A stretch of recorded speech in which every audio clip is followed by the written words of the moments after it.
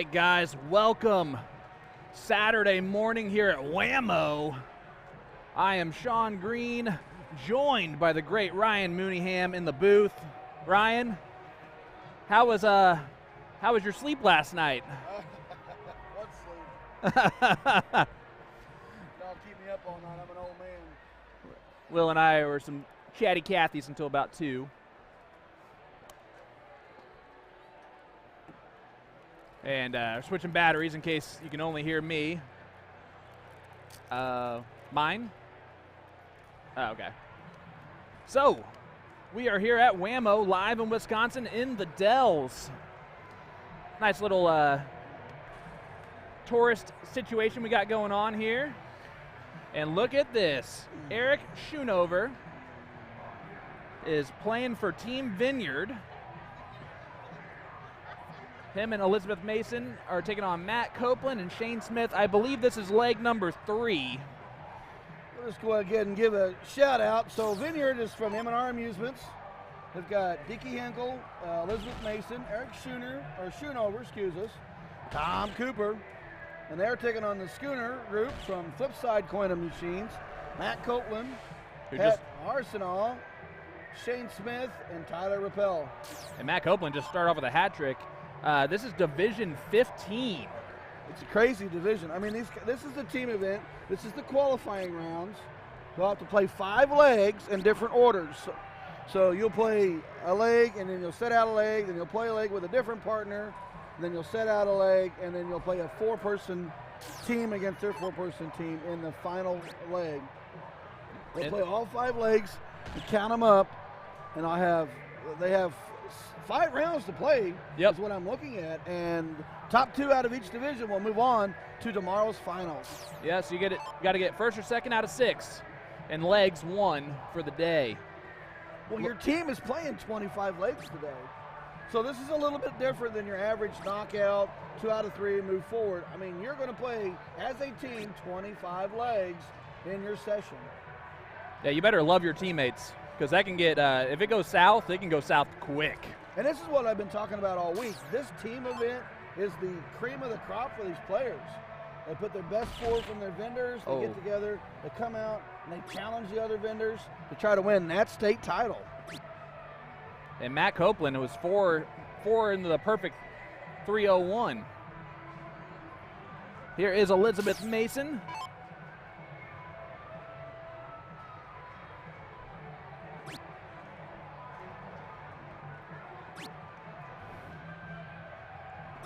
So these Division 15s, I always like analyzing throws. You know, what's the difference between Division 15 and Division 1? Obviously the skill, it could necessarily not be it.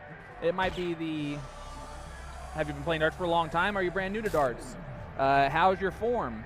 Is your form attributing to you not being as consistent? Those are the things that you look at. You also love open in, open out 301 because, especially 301 freeze. This is actually a typical, I don't know about your area. I know that there's not is there a lot of soft tip in your area? Yeah, we do soft tip. We typically play the 501 freeze. Okay. But in this format, 23 divisions, if you win all 501, all 7 legs, I think we might be here a little bit. Yeah, the typical blind draw format in Indy, depending on where you are, is a 301 freeze cricket choice for leg 3. So you wonder how often they played 301 freeze here in Wisconsin. I don't know their typical blind draw format, but I like it because it kind of evens out the top level players, especially if they're partnered with someone who's a little bit lower level in those blind draws. But you have to go out in 6 against some of those top level players in Indy. And I know the same sure for you. You're looking at a 6 starter if you're playing 301. Well, yeah, and you know the other thing of it is it all goes down to your partner. Player 2 is always in my mind the key to a freeze match. Player 1 can come out with a hot hand, but then be froze and stuck for 2 or 3 rounds, and you eventually could lose the leg. But if player 2 is pushing their opponent and pushing you as a team, one of you are going to get that out quickly. So in this Team 01 event, what I love the most is figuring out the strategy of the teams. I know they're all pre-programmed in the board, but they had to come up with their order, I'm sure, ahead of time. You know, do you put your best team out first? Well, and so that would do you put it out third? That would be a really good, interesting thing. So you basically have 4 players, and you would give each one like a number 1 through 4. So your first match would be player A1 and player A2 take on their player B1 and B2, and then so forth. And they have different orders that change up. Sorry. So how do you set your team as a strategy? Maybe you put your hot hand with your weakest player. Maybe you decide your top 2 go together to gain legs. You know, a lot of different strategies. Well, Matt Copeland takes that out for a 1-1 score line. Threw very well. But yeah, you're absolutely right.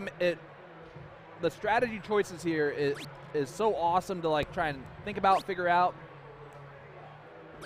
And here is Tyler Riapelli. It's probably like Ripple or something like that, but I'm trying to make it fancy.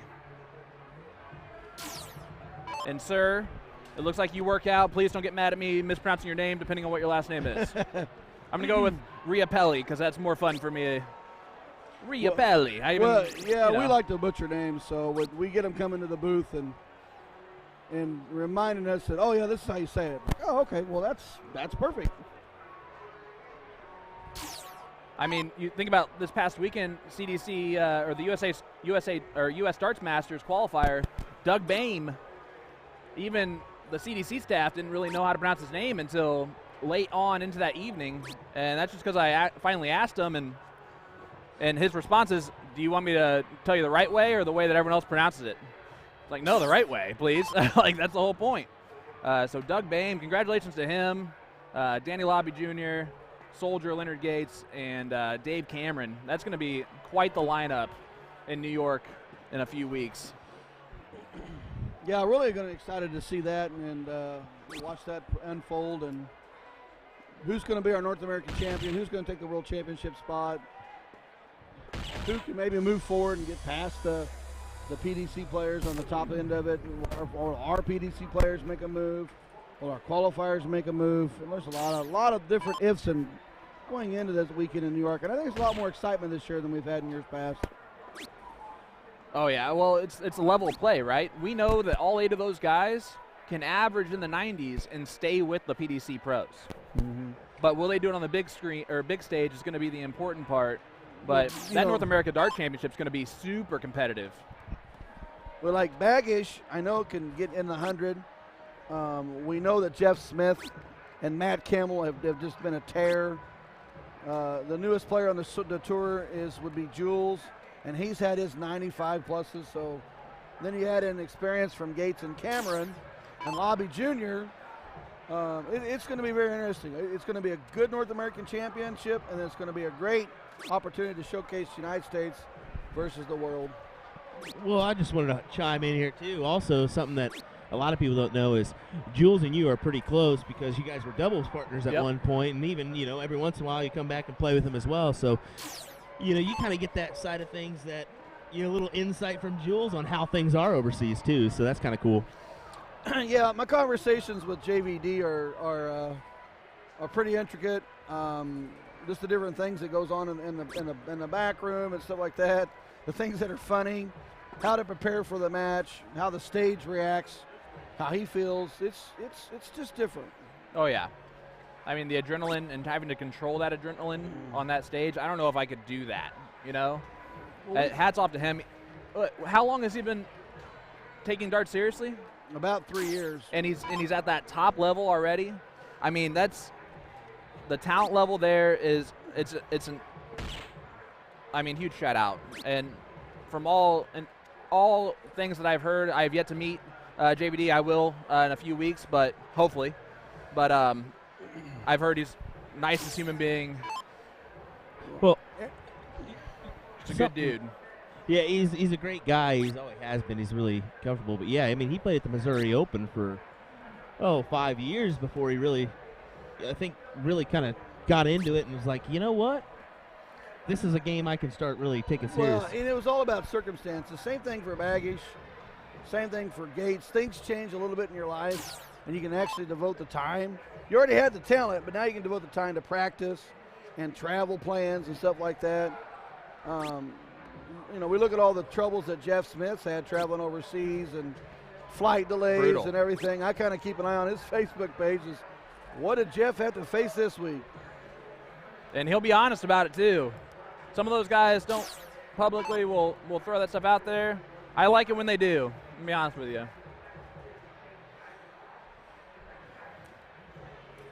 All right, here we go. Tom Cooper. That's a good first start there. Trying to take out this 160. Open out, so. Ooh, that's unlucky dart. I think he hit the back of his dart. And this is going to be the one thing we're going to notice in Division 15. A lot of times they're not going to shoot at the right out that we would typically see there. 91 left with one dart. I'm going trip 17 all day. 51 for 40. And that's but you also got to play the factor of the freeze. Yes, you do. So like yesterday, Bobby Anderson could have hit the 18, left himself 50, but he hits the hat trick, leaves himself 18 because it froze the other team. Yep. And you do have to pay attention to that. That's part of this whole thing.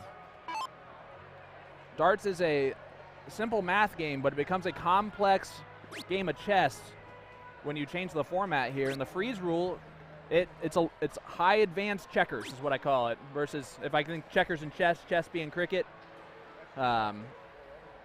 checkers being 0-1, where it's kind of straightforward, you know what you're doing.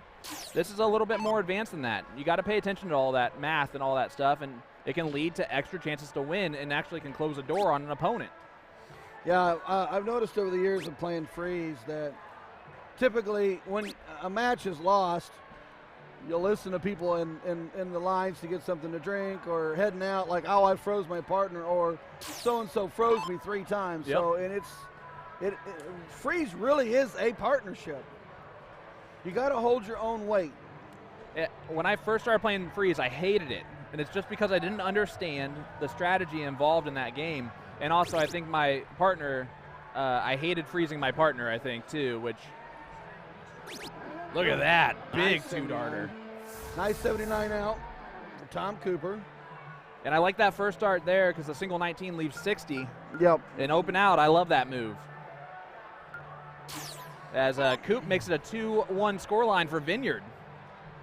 And again, this is they're playing all 5 no matter what. It makes it for a little bit interesting. In this format, losing 5-0 is a death sentence for the most part. Yeah, you want to at least get 1 or 2 legs out of each one. And you remember, you count these scores up at the end. So you may have a rough round 1, and then round 2 through 5 just go on cruise control and put the smack on. And still come out of your bracket. In the reverse side of things, if you're on a team where you lose the first 4, you know, that 5th round that you have to play is miserable to have to get through, knowing that it's for nothing.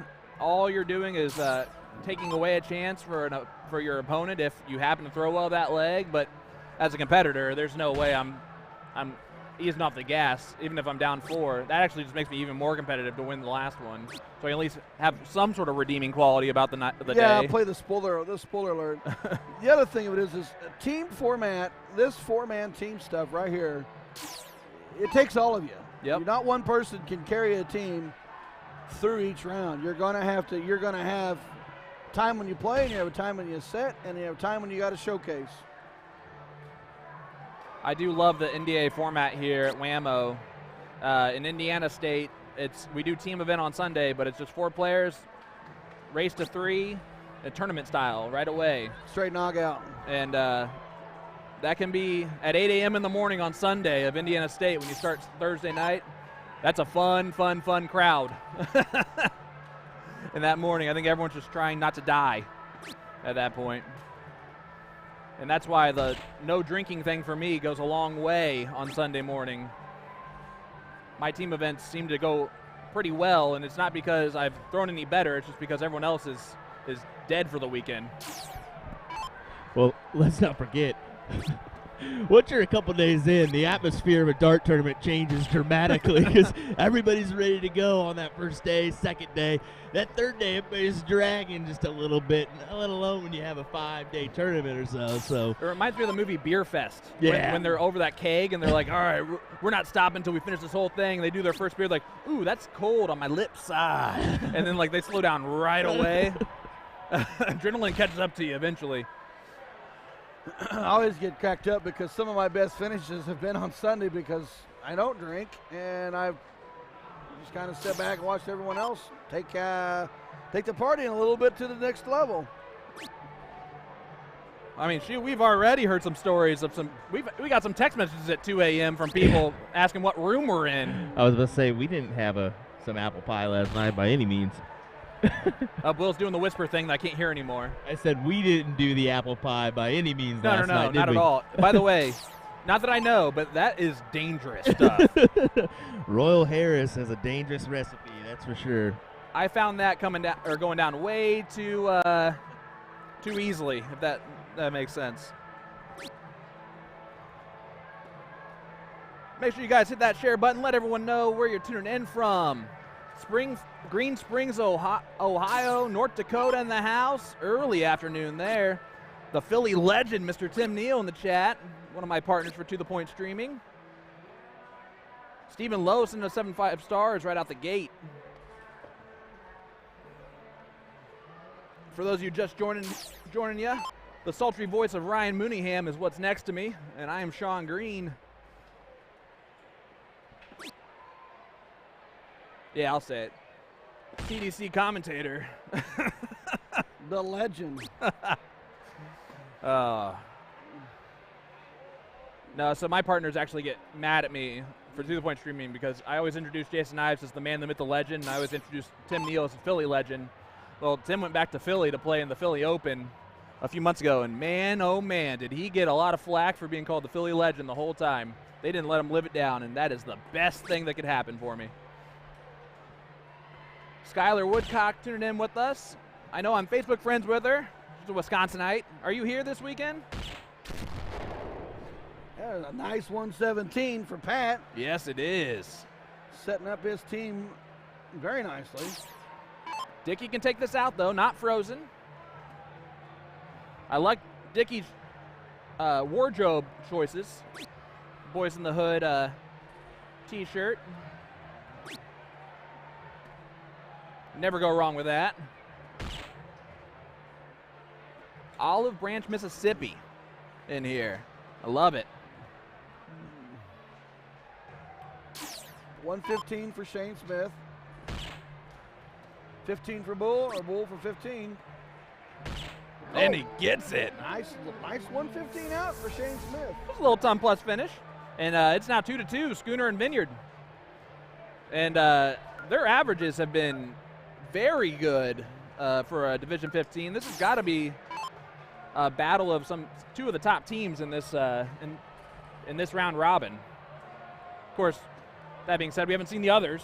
They might be just as good because I need to get used to the fact that 15 means nothing when it comes on the day. Well, so a lot of times in these tournaments, which is probably in the same type of thing we heard, you play with your vendor and you slide it in by a four-man average. So they take, let's say your team's worth of 200 points, you know, and then you're in that area with 200 points. You may have one player that can shoot 40. You may have one player that only shoots about 20. But when you factor them all together, that's where that puts you in that division. So it gets a little bit more interesting. And it's some off-balance players, an A and a 40 player with a 20 player, and you have two 30s playing together. It's just different scenarios every time.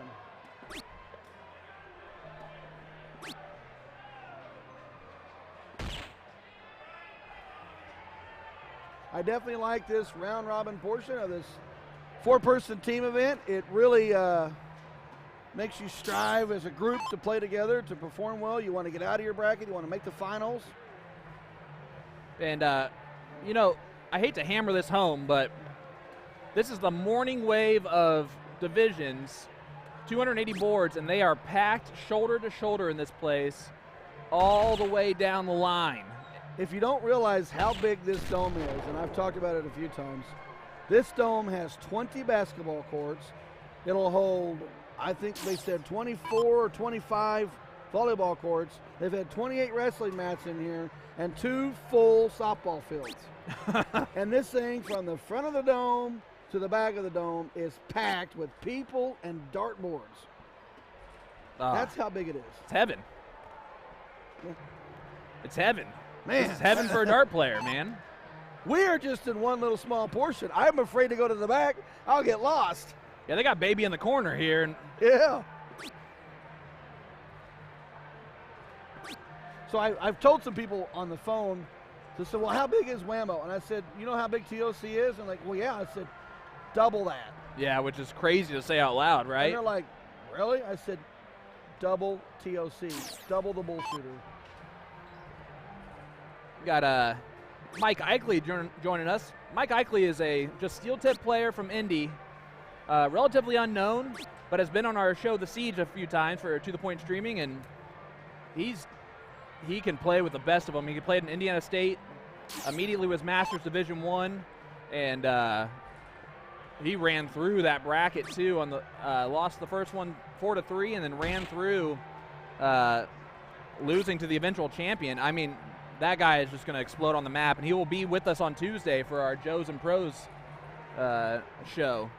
Well, and I expect him to win. And one thing I always tell people, I mean, there is a lot of folks that are known. We talk about the players that we see that travel and play. Yep.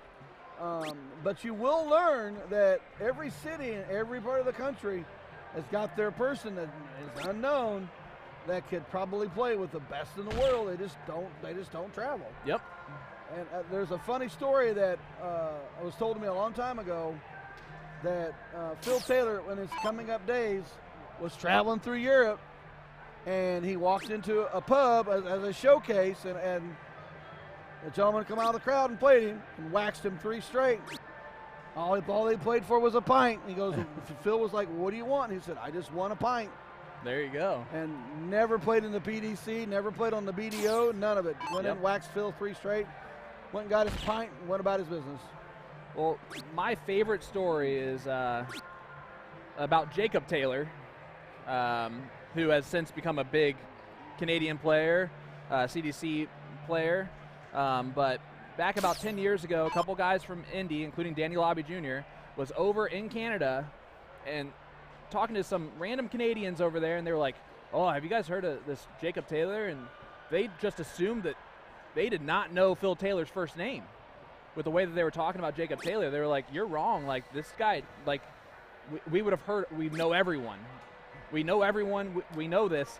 And then lo and behold, like 5 years later, Jacob Taylor shows up on the scene. They're like, oh, they were right this whole time about this Jacob Taylor guy, and he's good.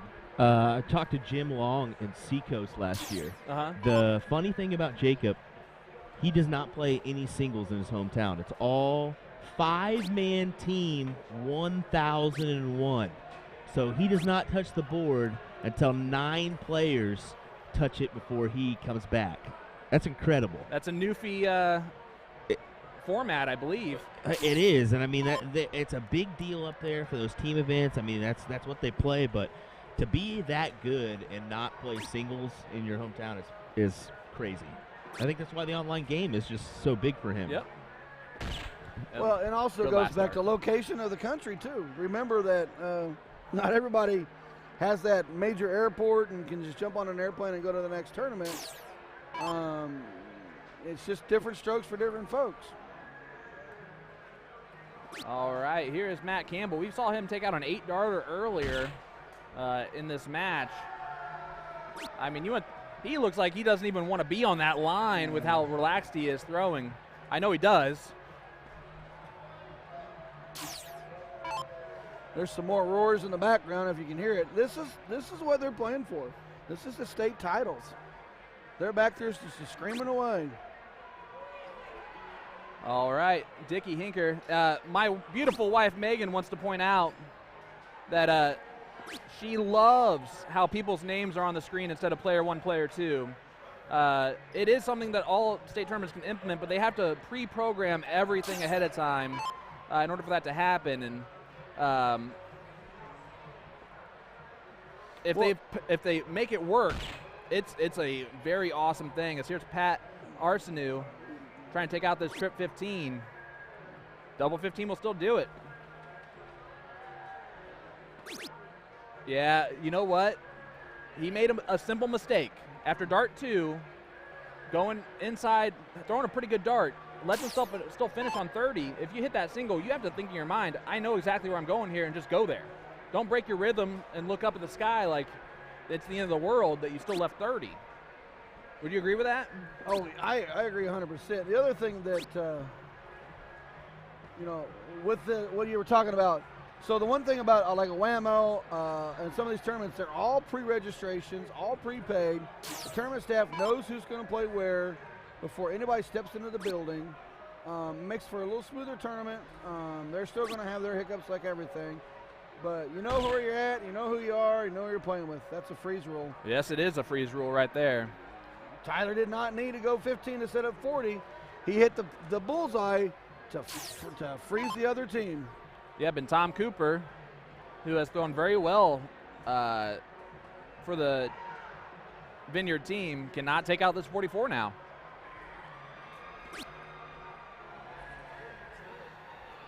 So a double 14 move here. Yep. This is where it becomes dangerous. You don't want to bust it. He does not bust it. Have you ever played with someone and they took out the number on freeze? I do it on purpose. Yeah? If I'm froze, like we're talking 3, 4, 5 rounds before I can even get there, I just go ahead and throw the bust, or I just throw the finishing dart, and it gives them the win. We move on to the next leg. I might murder you as my partner if you did that, I'm going to be honest with you. But, that being said, I would just follow your lead anyway. Oh, I've done that. I've done that a time or two. I mean, I'm froze. They're both on 40, and then they can't take it out. I just take it out for them. Michael, I didn't even mention your name that you were the one that did that to me. He goes, shut up, Sean. You had me froze. Well, that's true, but you still took it out after we talked about not taking it out.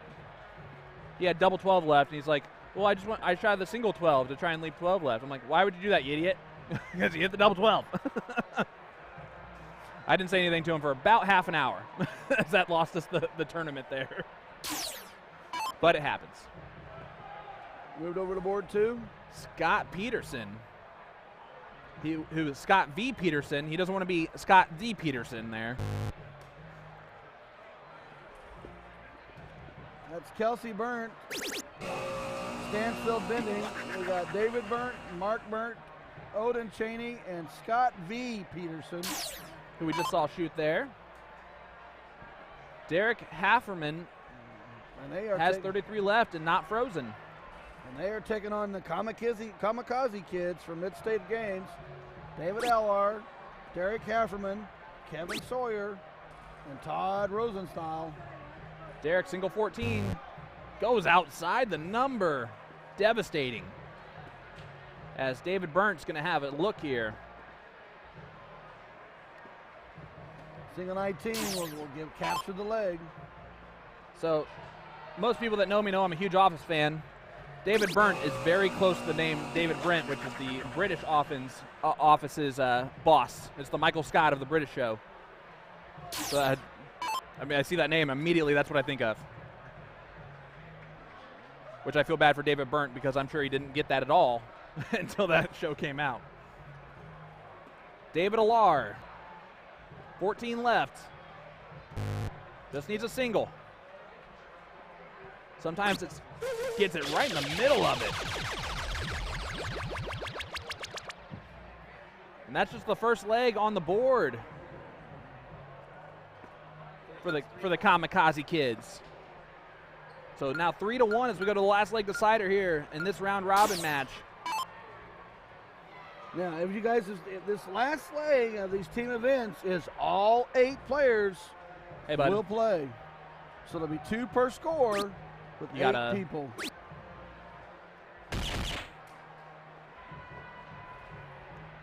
Hey, Yamo Muhammad, get out of there.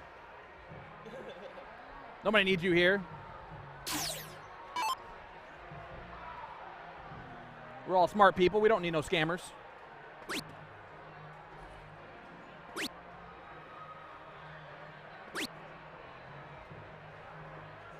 Todd Rosensteel.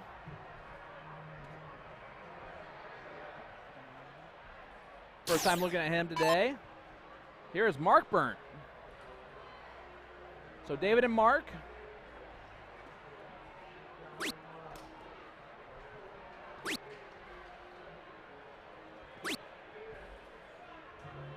And I refuse to speculate the relation.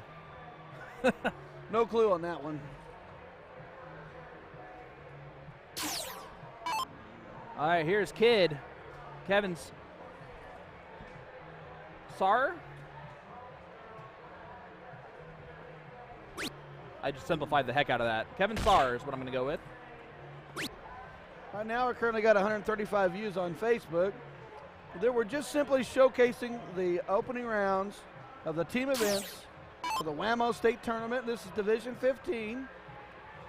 Top 2 teams out of each bracket will move into tomorrow's finals. It's pretty important to they split these up into AM, PM, just for the sheer fact of how many players are involved. But we think it's important. We show off some of these, levels that maybe don't get the attention that much. And I think it's important to do that to show them that, although you're here right now, there's still some incredible shots, and they're learning.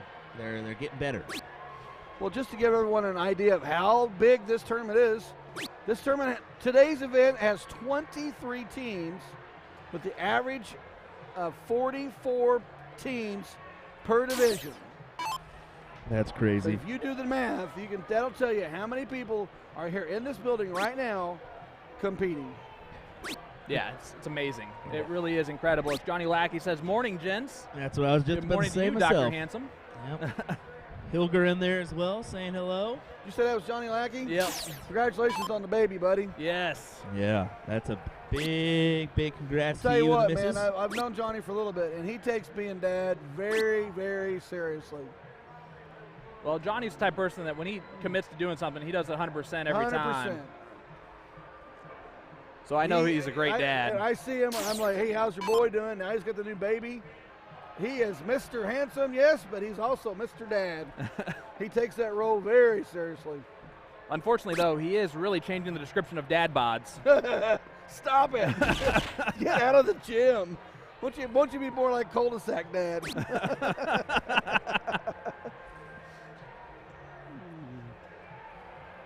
All right, here's Mr. Burnt heading up here, and look at this.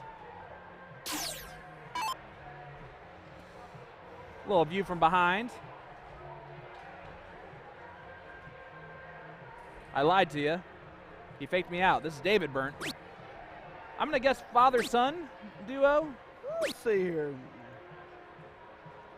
David and Mark, and then they're playing with Odin and Scott. So, yeah, it's probably a father-son. Odin's a sweet name.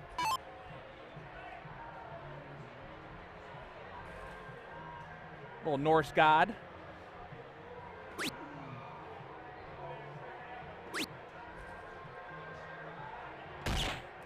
Todd hits the last one to leave himself a finish on 171.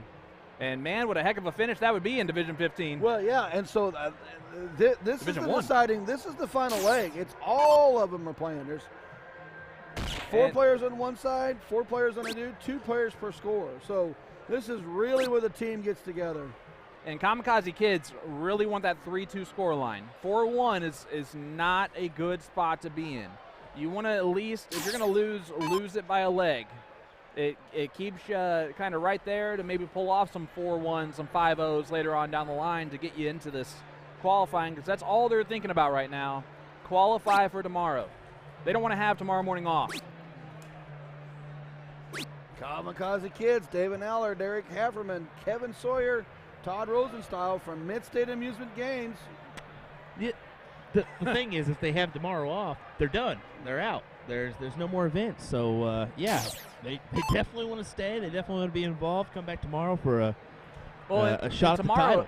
Tomorrow, am I correct that the only event is this team finals for this? Team finals So tomorrow. they're done today if they don't qualify, or they're done for the weekend if they don't qualify for this. Yeah. Yep, You know, WAMO. and when you're putting together these teams and your vendor, you know, your first goal is to go in and you hopefully get a good draw, get out of your bracket top 2, and then when you get into the team finals, are we going to mesh together? Are we going to bring this state title? Yep. Are we going to take this back to our location? Is our vendor going to be happy? You know, is our bar representing? You know, did they help us get here? I mean, we're here to represent and show our pride. Derek Afferman has a shot at this 171 here. Chris, and he did not look at it, I don't think. Chris asking who won doubles 0-1 last night. That'd be Corey Kramer and Speth. Yep, Rob right? Speth and Corey Kramer. Yep. And it was on a deciding leg, on a deciding out. Of the double dip. Yeah, and you saw a big fist pump. We actually got a little instant replay on that one, a big fist pump. Both Division I and Division II last night were the deciding leg on the last. And it came down to those deciding legs, who won the court. Yep.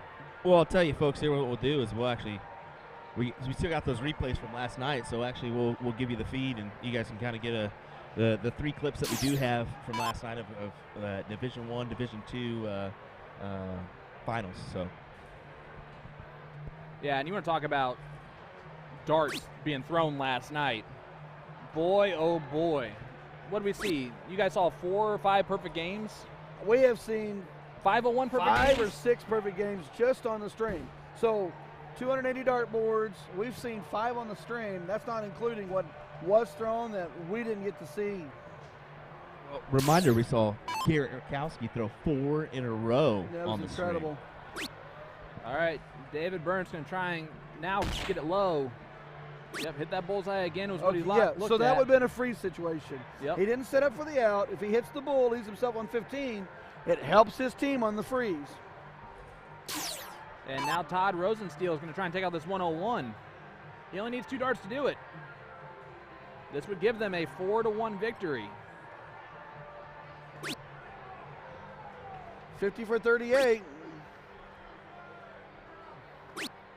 He did stay on the bull because if he hits the 50, leaves 21. It helps with his team on a freeze opportunity.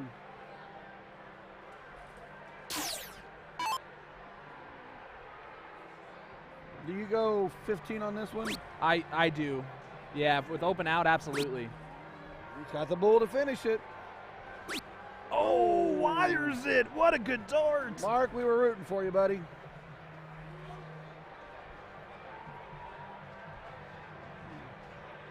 And that would have made it a 3-2 scoreline, which again is very, very, very nice when you were down 3-0. As you can see, the teams are back there cheering them on. That's the other beautiful thing about this team event is that you know you have 3 people back there cheering you on, plus whatever family members here. Bullseye here for 4-1, and he gets it. That is the difference you talked about. Do we go out 4-1 or we go 3-2? 4-1, that's going to really help Kelsey's burnt.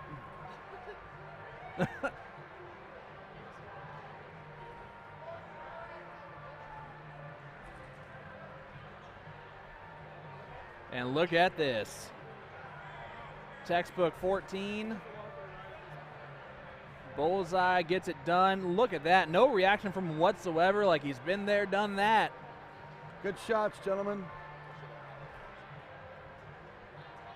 That's also the whole typical situation of the weekend or of this event. You don't want to get too high, too low. You want to stay pretty steady going out through this. So currently in Division 15, we are in round 2 of 5. On board 3, it's 3 lights and a spritzer is taken on. Let me get my numbers here. Wasted Potential. We just watched Kamikaze Kids defeat Kelsey, or Kamikaze Kids play Kelsey Burnt. Kelsey finished that line 3-2. So when they finish up round 2, we'll go into round 3. We'll have more for you then. So stay with us, guys. We will be right back on the commentary side of things, bringing you some action. Don't go anywhere.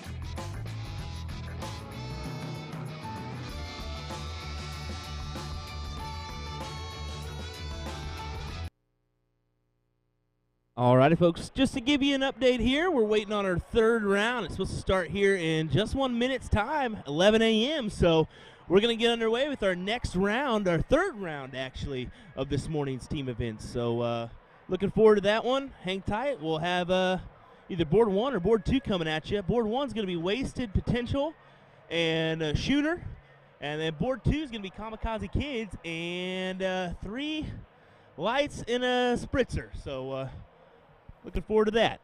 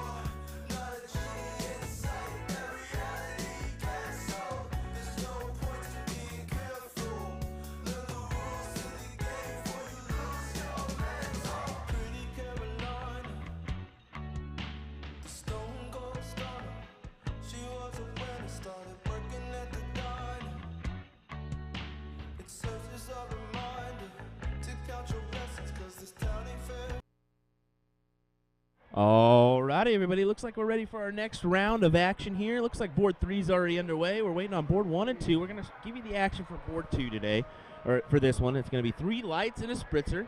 taking on Kamikaze Kids.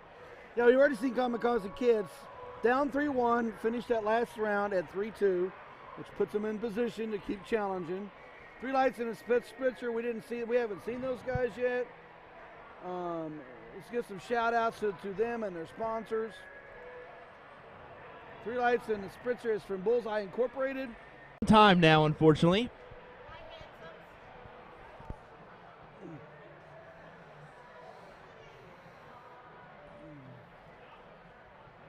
There we go. Sorry about that little buffering there. Yeah, unfortunately been an off and on occurrence here, so we're battling, but. Well, the biggest thing is I know we've had technical difficulties, but I think we're still doing what we wanted to do when we first came to Wisconsin. That was to showcase WAMO, their state titles, their state tournament, their different vendors, their different teams. You just can't imagine how big this place is until you really walk around. And that's a fact. I mean, this place is massive. There's definitely a ton of boards, ton of people. If you're near the border of Wisconsin or you're in Wisconsin and you're a dart player, if you have not been here yet, you need to come up here. Well, and it's an experience. There's so much pride out there. Yeah. I'm listening to people talk in the food lines and walking around, and they're so proud of so-and-so that, that took out this out, and I did this, and, we were meshing good together today. I mean, that's what this is about. We're not featuring 1 or 2 players. We're featuring the great state of Wisconsin, the best of our abilities, their players. Yeah, 100% correct. We heard it in the crowd yesterday off and on. Some moments of just roars. Roars. Yeah, literally roars. And guys, it was great to see. Division 23 finals has got 50, 60 people watching it. Yep. We have Division 1 and 2. We have 600 people online watching with another 70 or 80 piled around it. I mean, that's exciting darts. I'm just going to go get it. I think Sean's out there, but get an update on exactly what's going on. It looks like we may have something going on with number 2, so not quite sure what that is, but we're going to check. We should get going here shortly.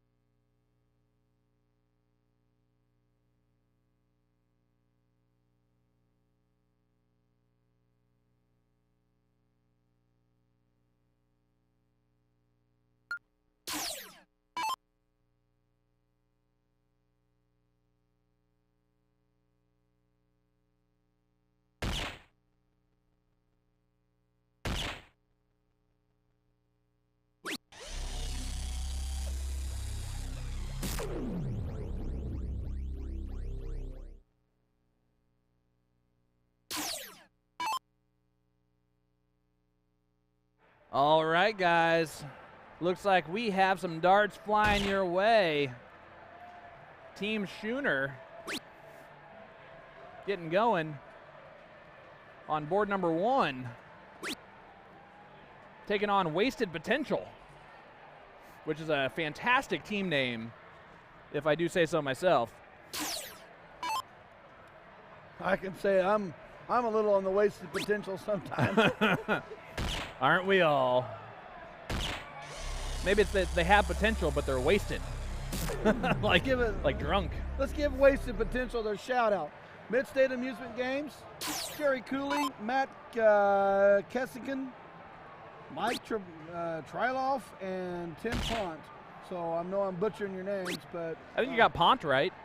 Maybe. And Cooley maybe. And they've got Schooner, and that's Flipside Coin Machines Incorporated, Matt Copeland, Pat Arsenal, Shane Smith, and Tyler Rappel. Nobody butchers a name like Will Stewart, so you're in the clear there, buddy. You know what's sad is that people do butcher the name Sean Green because they call me Scene. Well, I almost did that one too myself. That's all right, Durachi. It could be worse. Yeah, could be a lot worse. All right, 110%. Schooner versus Wasted Potential. Here is Pat Arsenault. You know, when you do this long enough, you get those patterns down of the N-E-A-U, but it's no instead of Niao or whatever you would say if you didn't know them. Throwing some Irish flights, it looks like.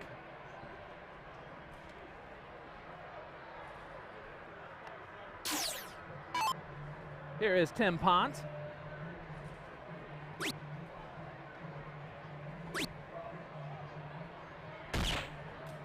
Gets a ball in the last one. That's not bad. That's not bad.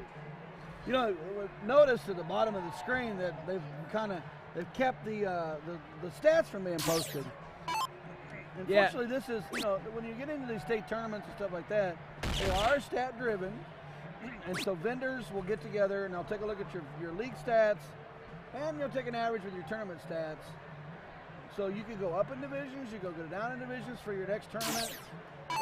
But that's why they keep it hidden. They don't want anyone to play the, I think I'll slow this down because my stats are too high game. I won't use the term that they would say. The SB word? Yeah, I don't want to get into that. I understand. I've been called it before. I understand both sides of it. I say thank you when I'm called that because that means I shot better than I should have. And when you're in a tournament setting, you have to do that if you want to make tomorrow.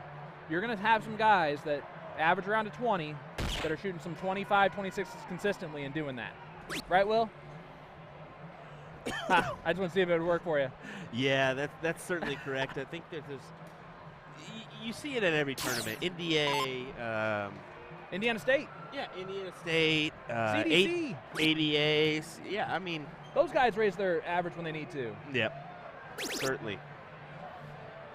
Ryan, I'm sure you see it all the time, but luckily for you, you're a good enough player to where you don't have to worry about those types of things. You know you're in the top level, and you get to do that. Sometimes I wish that was the case. Yeah, I play a lot, all Division I or Premier Division or whatever, but at the end of the day, it doesn't make any sense to me to try to throw off or. No.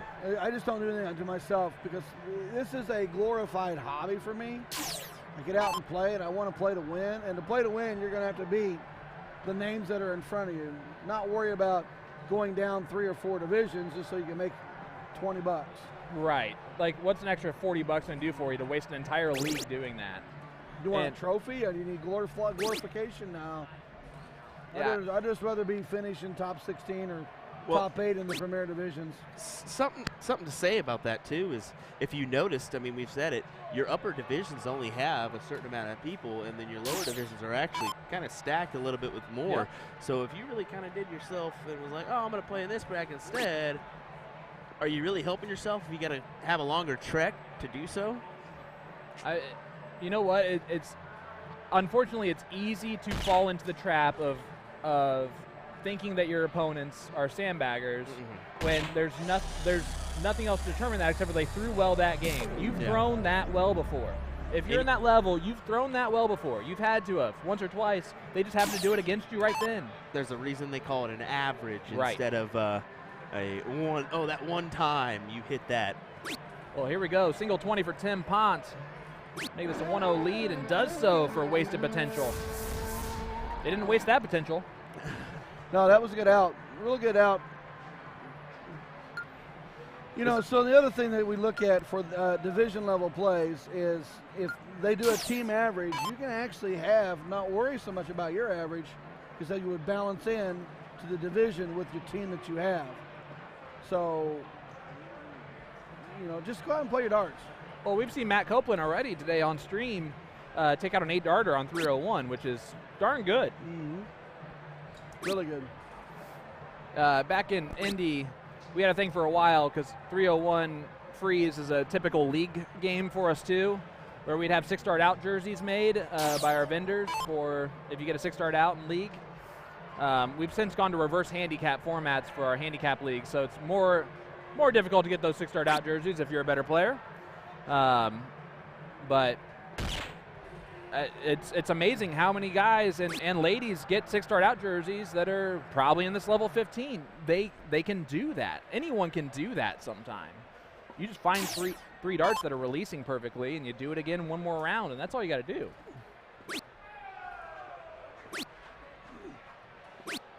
One of the big things about league play is you're playing with a lot of potential players that could be your teammates. Then if you get frustrated with them because they had a good day or a good league night, but then they become your potential teammate or your teammate in a draw or a state tournament or whatever, you know, everyone's going to have their opportunity to play well. Everyone's going to have their rough night. And you think about this. Most league players, league night is their night out away from their kids to where they can have a good time, enjoy themselves. They're not trying to take it too seriously in league. In tournaments, that's a different, you're going there for a different reason. Yeah, you're also going to have fun and do your stuff, but you're going to focus when you're playing darts a little bit more, and with less distractions other than darts. So it's going to raise some averages. I know of one person,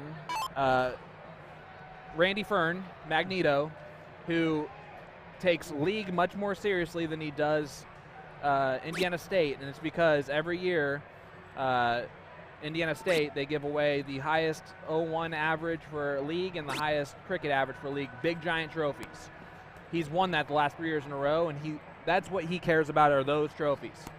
He likes to have that highest league average in that area because there's a lot of great dart players in that area. Oh, yeah. And so for him to get that, he says one league night that goes wrong could ruin that trophy for me.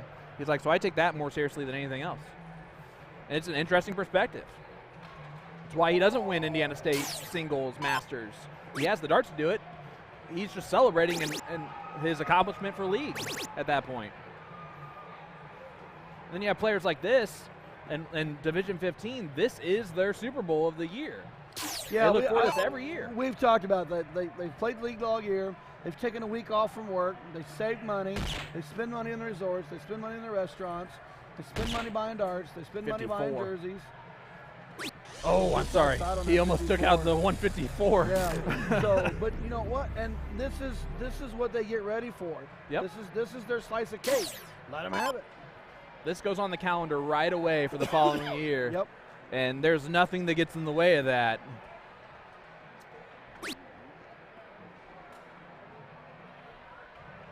This is a reunion of a whole bunch of friends that you might only see once a year that live on opposite ends of the state. So when you go to your state tournaments, you go to your regionals, or you go to a larger tournament, still or soft, it is a reunion with other players from other areas. You think of it this way, this past weekend was the first weekend in 2 years that all of the championship dart circuit players were in the same room together because they had the split tour last year. And so I guarantee you it was more relaxed in that practice room in that back area than it has been ever for that CDC because they're getting to see their friends for the first time in 2 years in person. Even at that level, it's that same reunion type feel.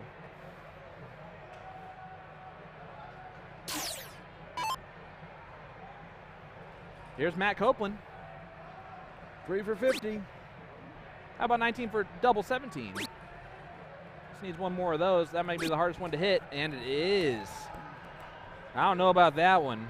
Let's see the replay. I think where's the replay on that one, Will? Want to see where that bounce out actually hit, which is another great way to do the replay. We did get a funny one yesterday. Kramer, you could tell that he didn't think he hit the double 9, and sure enough, Andy Koala sent us a picture. Baldy. He's like, yeah, I think this is just a little outside. Nah, that was right before it deflected right back in that double 9. That was the tail slap that took out the game. And they won. They beat Steve Dyker and Bob Anderson in the finals. It didn't matter. The board gave it to them. Board they don't won lie. the leg. They won the king seat, and then they turned and won the whole thing. Yep. It's one thing to get lucky there. It's another thing to then turn around and stop the wave that was Bob and Steve earlier in that match.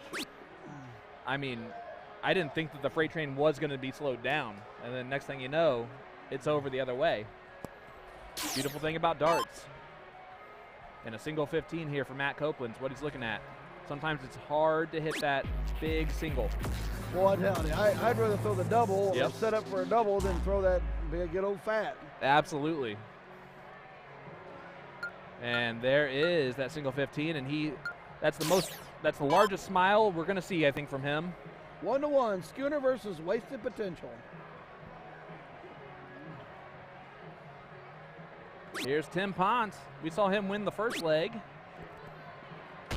Just a reminder, so there's 4 people on your team taking on their 4 people on their team. But you'll play 2 doubles to sit out a match, and then the team will come together on the final leg and play all 4 together. So you got different partners and different opportunities and different legs that you'll be a part of in this team event. Yep. It's a 4-person team. You all are required to do this. And it's a strategy to pick who your partner's going to be. It's a strategy to pick who's going out game 1, who's going out game 3. Tomorrow it changes completely because you play with everyone on your team with a race to 4 format instead of a race to 3. Mm-hmm. I've actually never seen a team event do a best of 7. So I'm interested to see how that goes tomorrow morning. Like, very interested to see how that flows tomorrow morning because that could change everything. That would change my strategy completely on what I'm doing. Because then I put out my best player in that one spot so that they play game 1, sit out 2, play game 4.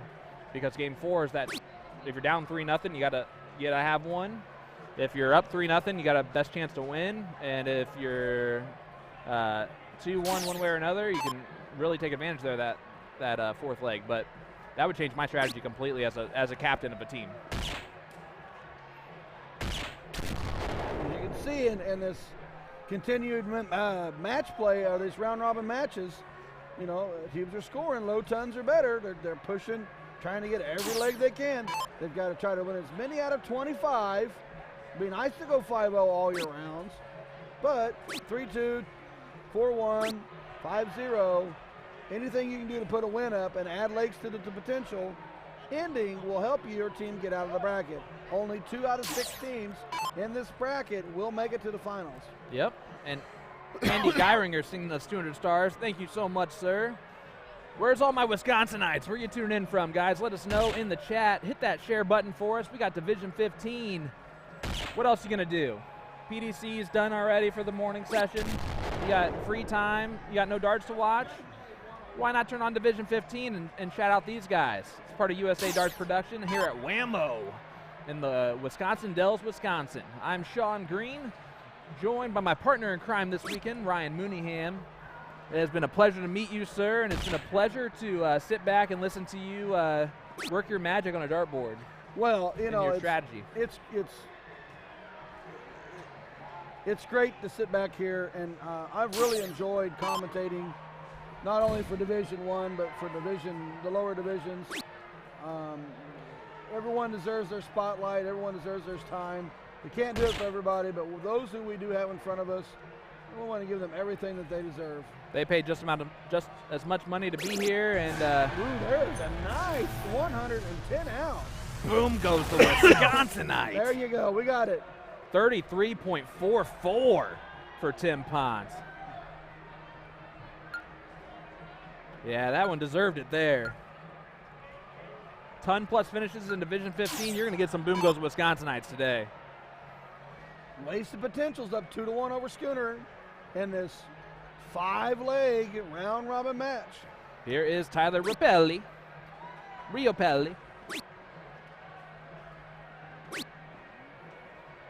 Unable to walk the dog all the way in there. As Mike Treloff. Yeah, I'm going to go with Treloff. If it was Treloff at some point, you know that it changed to Treloff. That's a... Yeah, we're way off. Nice. That was nice. This is not a compliment by any stretch, but you are funnier than Will.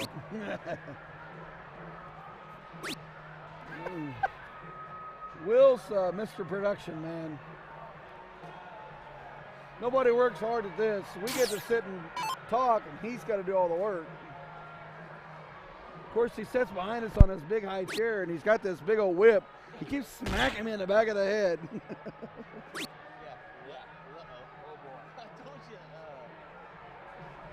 Yeah, Will is he's not being nice to us this weekend for sure. Already. He yelled at you, I'm sure, all day yesterday in the morning. Oh, that's all he did is yell at me. Quit spreading rumors, y'all. That's just nonsense. Yeah, I knew it was bad when I'm complaining about Chicago traffic being like literally stopped in it with going nowhere. And he's like, yeah, the traffic here is terrible too. We're never gonna go out to eat at all, man. We're gonna have to, you know, just get the gas station down the street. So I stopped at the gas station before I got into town. Guess what? Oh, there's food. You can go get food. Yeah. There is a couple events here in town. So there's not only this state dart tournament, which brings a lot of people, but there's Automobilia, which is a classic automation. Okay, Automobilia. I thought it was automation. So it's a car, kind of everybody brings their car, whatever it is, truck. I was talking to Mr. Harris earlier, and he said that as late as like 2:30 a.m. they were still revving their engines on the strip by where their hotel was. So you know if they're over there sleeping, you're not getting much sleep last night. Oh, I don't know if you guys heard that. That guy has the best last dart celebration in the world. Like that needs to be a shirt for him. Yes, you fat F-word. I mean, and he's not even a big person either. Like, that's the funny part about him saying that and screaming it out. It makes me think there's some trauma there somewhere deep down inside. Would love to have an instant replay for him. Yeah, with the mouths moving. Boom, you fat. And then you have to actually bleep out of the bar. Can you do that in time? All right, Mr. Treloff. Now down to 205. You know, I feel really bad because I told those other guys that we were streaming them and got all their name pronunciations and everything. We haven't looked over at their match once. Well, they'll get their time. The other thing with this is, you know, I know we were laughing about that guy hollering about taking that big out. That just goes to show how much pride's going on in these tournaments and each of these events. Your four-man team. This is your pride and joy. These are your friends. These are your vendors. This is everything you came here for. This is the atmosphere here is one of pride. You're happy to be in this room. You're excited. You're nervous. Ooh, Jerry did not like that last dart. No, he knows how big that is, and so much so that he doesn't even throw the last one, which is going to be a mistake, I'm telling you. That shows your opponent that you are out of this one already. And mustache himself, Jeremy Burns, in the booth.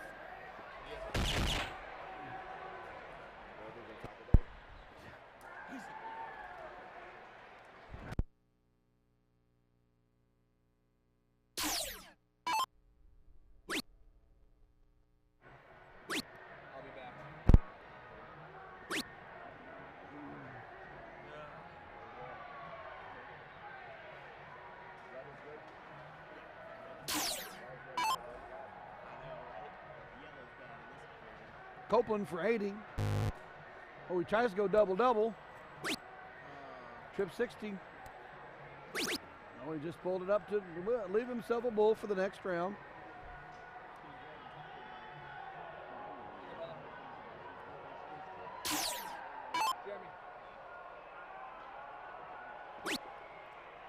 And 18.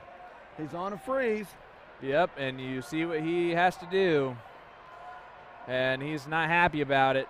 Tyler just needs to take this 64 to take the leg. Bullseye. Yep. He hits it. Great darts there, Tyler. And Andy Bernal earlier said, when I asked where's everyone tuning in from, he said, driving my semi to Albany, New York. I read that earlier. That's awesome. So Wasted Potential and Schooner are both tied at 2-2. As you can see on the board, all players will now play in this final leg. We'll have 2 players per score in this 301 freeze. And Tim Pons has won both the legs for Wasted Potential, so I guess you can say he's the only one who hasn't wasted his potential on their team yet.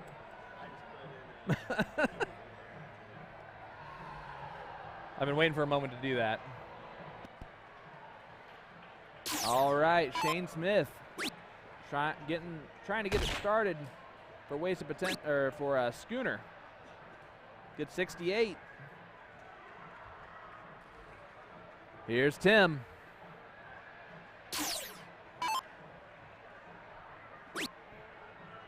Super nonchalant throw. Yeah, pretty and easy. He gets with it on dart other than 3. that little flip at the I end. like, hey, just nice and relaxed shoulder. You love to see that. That's going to help out more than it hurts. It helps in these types of moments.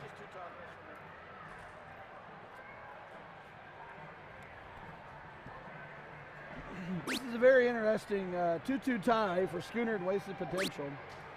This could be the difference. Well, the way it breaks down, if you gain that third leg, could be a decider to come out of your bracket. Let me update that score line here. Appreciate it, Ryan.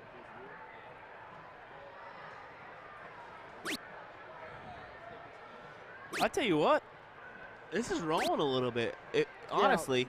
Well, so looking at the bracket, we're on round 3 of 5. Most of these, and that's the thing about it. Most of these, you know, last time we came around, or we had our stream, the last match we streamed. Sorry, tongue tie. It ended in about 30 minutes as well. So this one's 11:33. They started a little bit after 11. I would say about 5-10 minutes. So this one's rolling along, and our next round is what? 12 o'clock. Round 4 goes at 12 o'clock. Round 5's at 1 o'clock. And so the one good thing about it is they do have a starting time at 9 all the way through 1 o'clock for each round.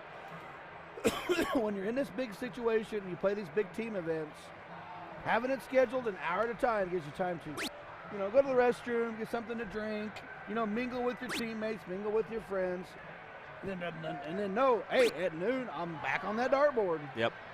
They're really kind of pushing them and saying, hey, let's go, you know, why not? It's a nice schedule for sleeping in if you're the higher level players, though, having that and I think time that's off. why some of those guys enjoy this, is because, like Gary Rakowski, he said, I like it because I can finish at a decent hour, turn around, spend some time in the morning with my kiddos, and then come back and play. And like Scuba Steve, he was saying, you got a party till 8. He wanted to go play some beer darts with us last night, but I texted him and he said, yeah, I was passed out already. Just to give you an idea, for tonight's round robin action, they'll play 5 legs per round, and they'll start at 4. Then their next match is at 5:15. Then they go to 6:30, 7:45, with their final match at 9 o'clock. That means word. us done by 10:30. Look at this. Black Saddles, Bull Yeah. Shooters, Pine Street Mark, Rock Hard, Precision Darts, the Woods. Yeah, the Brad. lineup we have for you tonight, guys, is insanity. This is going to be. We will showcase some players you've already seen, with new players that have not been over on the stream, but we will see them tonight. And we know that they are good darters. So it's going to be a fun evening. We have doubles champions on our night session. We have our singles champion in our night session. So this showcase tonight, 6 wonderful teams, with only 2 of those great teams making the finals. Yep.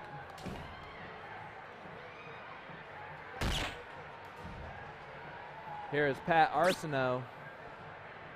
Oh, that's right on the wire into the 15. Yeah, that's a bad last start, but Jerry Cooley's going to come back 168. Is he going to look at it? You got to look at it, right? You can't assume. He looked at it. I like it. You can't assume. Well, I mean, like, you can't assume that Matt's not going to go up there and hit that 111, especially if you know Matt, because Matt's been hitting the 111. He's been hitting well. I mean, that was a smile from Matt Copeland. Everyone, worst instant replay of that smile. That's better. 54 for 54. Oh, he went a different route. Trip 19 for trip 17. Interesting way to go about it. But if you like the bottom of the board, that's a smart way to go about it. Yeah, I mean, I like going trip 18, but yeah. Trip 19 or trip 17, yeah, it would have done it. It would have done just the same. All right, 129. All right, Matt, you got to just get down as slow as you can. Another one of those would be beautiful. Big darts. You heard a little cheer back there too. They know how big that dart was. Yeah, we got a fist pump. But Tyler Rappel can take this out. Tyler will need to, because if he has this rough type patch there, he will freeze. Needs a bowl. Doesn't get the bowl, so Mike with the advantage to freeze at the very least, and he can take a shot at this 137. Or Jerry. Bullseye for 87. 51 for 36 is my route. I would have gone the trip 19 for double 15 there just because of a soft tip mentality right in that moment. That's what I was thinking about. One great thing about it is they have set up the freeze, so Shane Smith cannot go out. And Shane's going to be a little bit frustrated by that. There's probably a handful of people that hate you right now for saying that double 15 reference. I know. But honestly, we've seen it a lot this week. We It's common in your lower levels. It is common. Yes. It's math. It's soft tip math. What leaves a 0? Yeah. Even Rick Kinsey was in here saying double 15 is the best double on the board. Yep. And a bust there for Tim Ponce. Did he waste his potential? Wasted potential, maybe. He was the only one that hadn't at that point. Now, Pat can go out with a 121 right here to really give Schooners the leg they need. I go 20 here. Stay there, double, trip 7. Boom And goes he the hits it. Wisconsinite. There is a 121 out. Pat Arsenault. Nice out. How do you go bullseye, trip 7 and hit it? Yeah. What's all that about? Unfortunately, we didn't get the replay on that one, but wow, what a fantastic, crazy talk. Yeah, what a fantastic check out there to win that one. 3-2 for Schooner. That's when where everyone feels good because that was such a cool shot. Like, even if it's your opponent, you're like, all right, that was fun. It was fun to watch that. That was a real boom goes to Wisconsinite. I don't know if you heard that. I might have yelled it a little bit.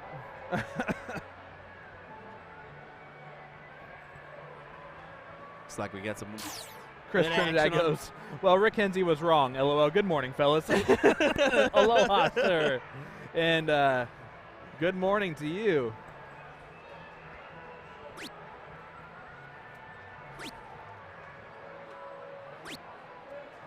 Kevin Sarauer, a.k.a. Kid. So just call him Kid.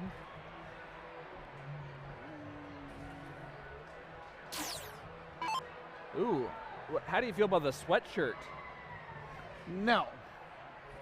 We're already sweating this morning. She's got a good shot, though. That dart floats to that dartboard. That's a nice release. Inconsistent on the where it's going, but that's a good release that she has.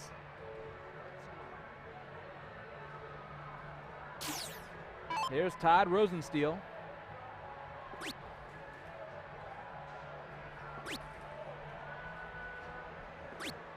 Talking to the Kamikaze kids. those guys are fun. They're fun guys there. They were cracking jokes with me and enjoying themselves. I was like, I just need pronunciations on names. Like, no, nothing. You get nothing.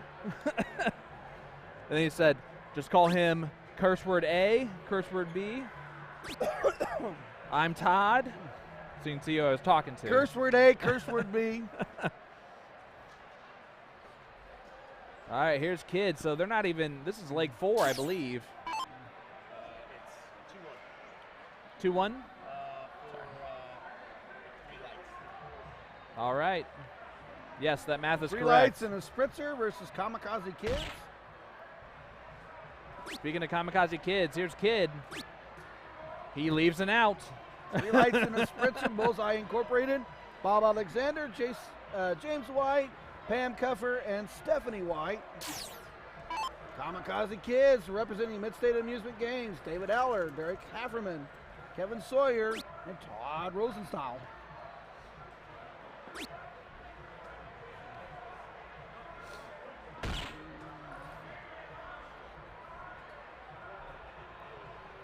Man, if you just had that view that Ryan got just now, you would have been so jealous if you knew what was just going on. Here's Todd Rosensteel. He still has an out. Trip 57 20. for 60. He didn't look at that, I don't think.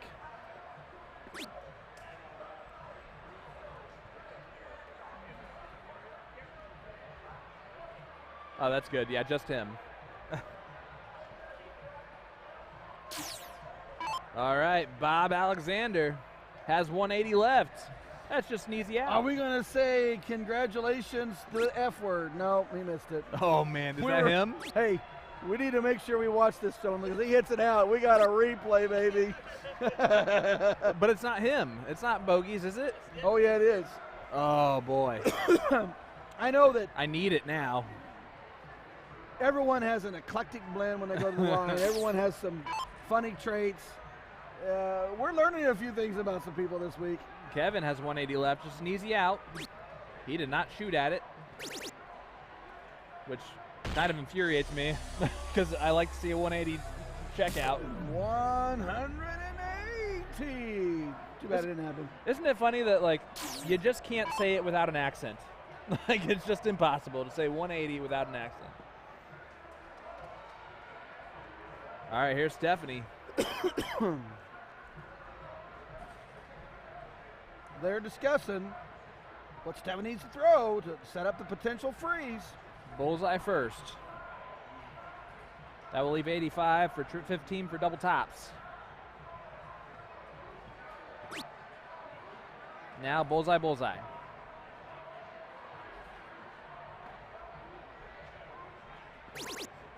Or do that. 60 or 50. That was much better idea. Nice out. Leave 26. Todd needs to take this 109.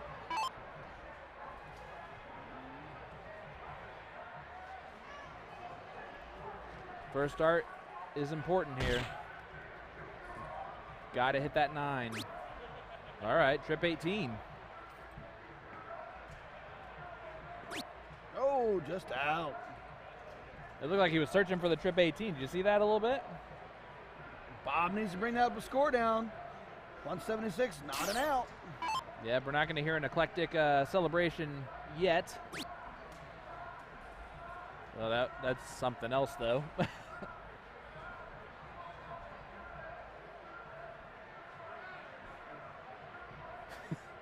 I think he's talked to himself a little bit there. What do you think? He's not being nice to himself either. I think the motivation guy in his head Passion's is like, great. come on, man, let's do this. Here comes the kid for Kamikaze Kids.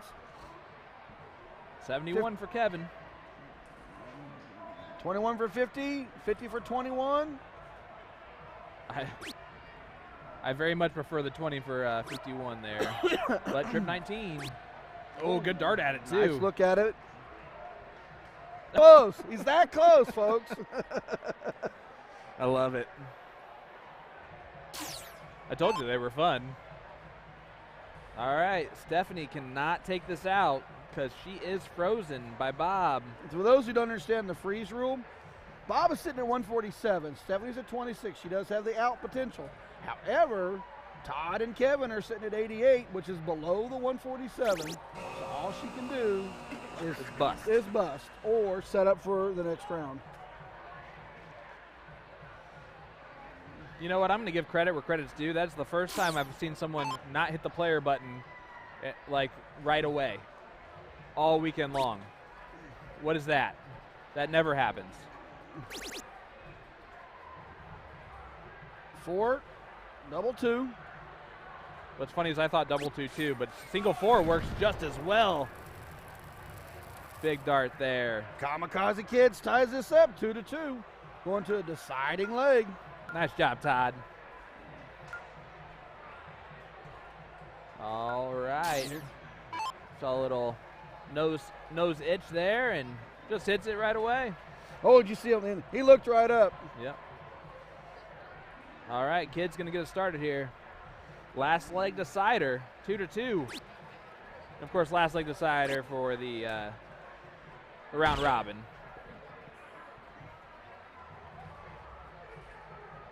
So far, I do know Kamikaze Kids, their score lines have been a 3-2 victory and a 2-3 loss. So they've been right there. They definitely want to grab this last leg. Now, for those of you guys who are joining this, they played 2 players play for each team in each round. And then when they get to the final leg, all 5 legs are played. All 8 players involved, 2 players on each score. Pam has a good shot. That dart fires into that dartboard. That's good to see.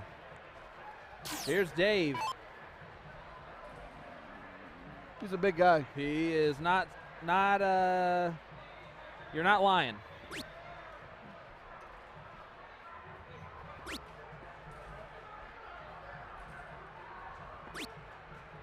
That is unlucky. All 3 of those bouncing out of the board.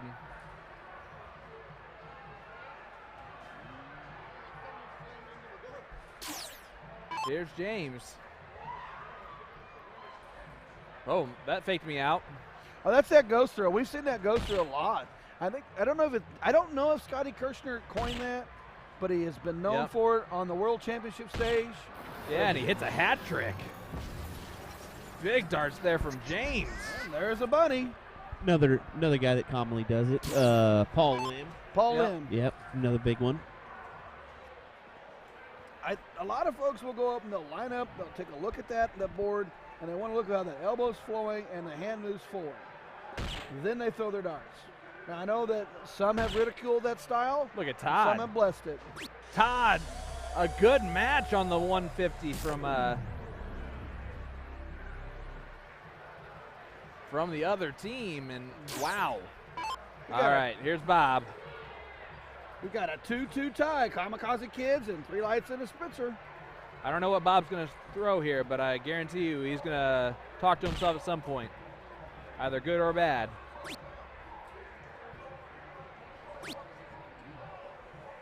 Yep.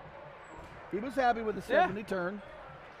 You can tell, because Bob will tell you.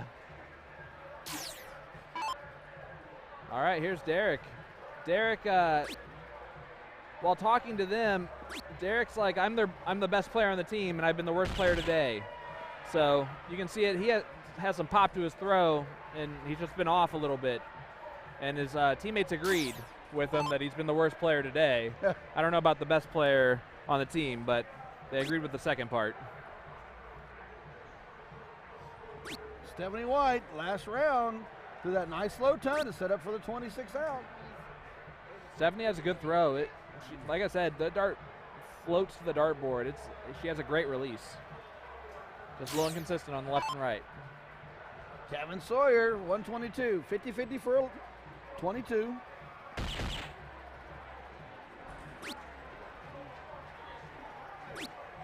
Does go for the freeze. But that is a great fallout to leave the trip 16 for his partner. Pam can take out 162. Will she take a look at it? 60-60 for 42. She did not look at it.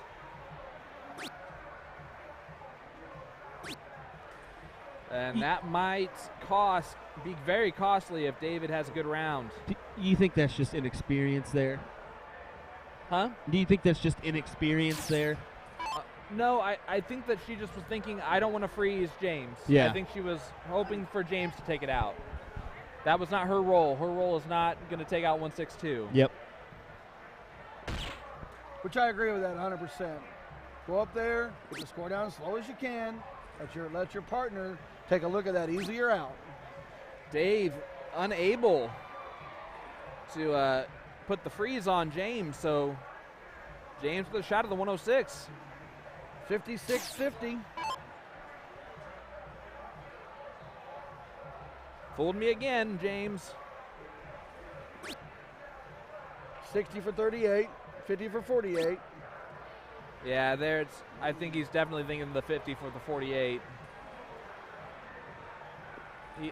These guys also might be soft tip players who have never played steel and would never even think that route. That is the only steel route. 51 leaves them 40, so it's a good situation. Yep. But Todd with 48 left. Dude, I'm not going to lie to you. I thought that he was going slow motion there for a second. Yeah. Tops. Oh, boy. Double 14, though. And he, leaves the 22. It was a good-looking dart at it. Here comes Bob Alexander, 128, 50-50, 28. Let's see what he does. If he hits this, guys, just listen. It's going to be glorious. Can't do it now, though.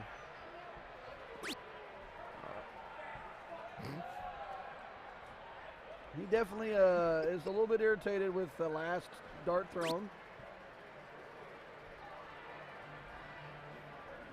Wearing his heart on his sleeve. What do you think, Sean? I like it. I really do. I want him as my partner. Like he's a fun guy to have as a partner.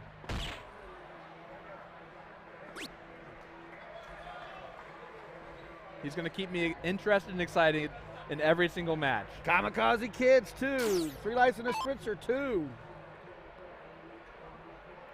Stephanie is now froze. She can't take out that 40 because her opponents are sitting at 82. And Bob Anderson left it at 121.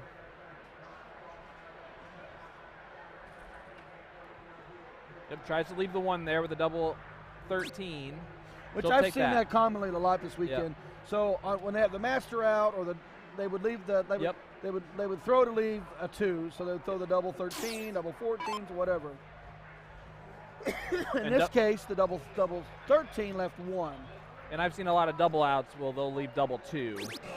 Give him that little stretch, and he does not hit the single 6. One of the toughest darts to hit is the big part of a small number. You would think with all that green you could hit that dart, and I will pull in the triple. Yep. I'll hit the double. 121 for Pam. She can take this out. And she has the throw to do it too. Will she go bullseye again? She did not. I would throw the bull to leave the 2. Yeah, absolutely. And that sets up. Puts a lot of pressure on Dave. That sets up the 76 has to go.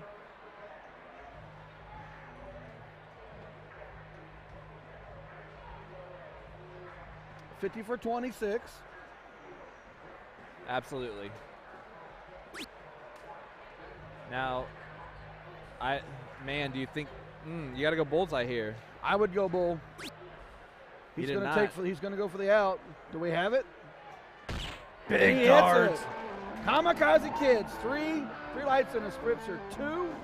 It came down to the wire, came down to the final out. Big darts for Big Dave. Big darts for Big Dave. I would go bull. There's your instant replay, folks. He's going to go for the out. Do we have it? Big darts. Brought to you by Kamikaze Kids, 3. Boom goes the dynamite. That would be a boom goes the dynamite. You don't just got to be 9 marks. You can put it in there. Oh, yeah. Well, that's true. All right. That's true. Boom goes the Wisconsinites when they hit the big out. I forgot where I was located there for a second. There you go.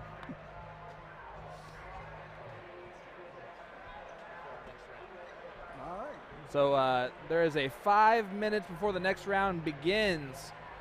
So we are going to come back to you with the commentary here shortly. In the meantime, take a look at this awesome view from overhead as we look around this room in the dome, the Dells Dome here in Wisconsin, Dells, Wisconsin at WAMO.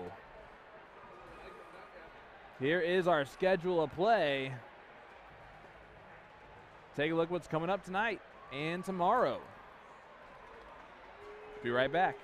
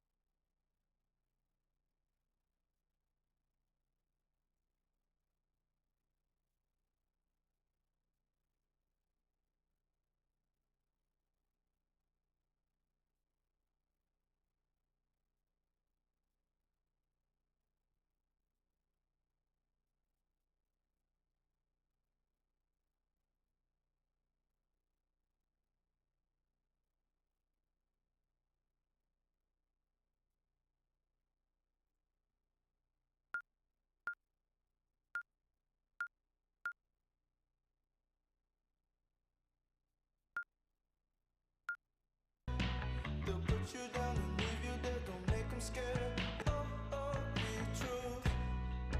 How they coming for you. Yeah, yeah,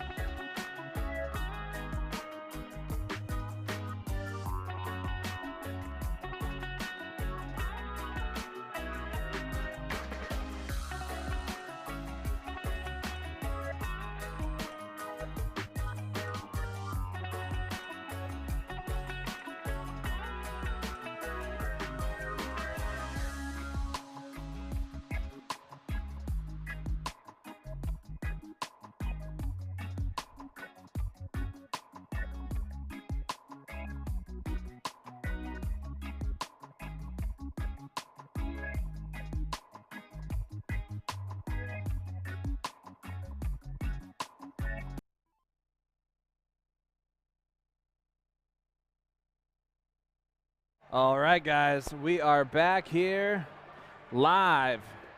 The Wisconsin Dells, Wisconsin, the Dells Dome for WAMO 2022. I'm Sean Green. Will Stewart's somewhere doing some production stuff. Just somewhere. Oh, Just somewhere. oh, there's whispers. When you're sitting about 6 feet from me in a echoey dome, I got to tell you. Look, I can't help it. I'm gonna shout. Well, there's so many people here too. That's another thing. I mean, it is pretty tough to hear, even if you're sitting next to somebody, let alone a little distance. Hey, this is Pat Arsenault, who I know very well for his 121 out of Bullseye 777. Interesting route to do that with, but it paid off. And Mark Burnt. This is, once again, Shooters and Kelsey's burnt. Burnt.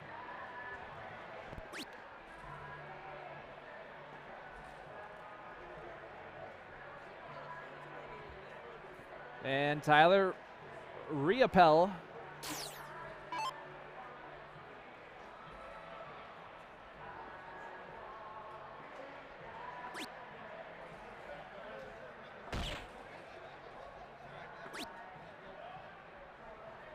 Good 75.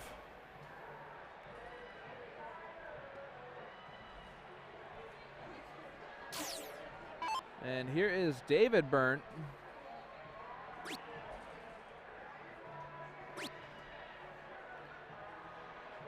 Gonna hit that bullseye. He goes for the 7. Okay, I'm good with that. Leaves 48. Pat Arsenault. Gonna step up here with 162. How you doing, bub? Can't complain at all. We are doing well here.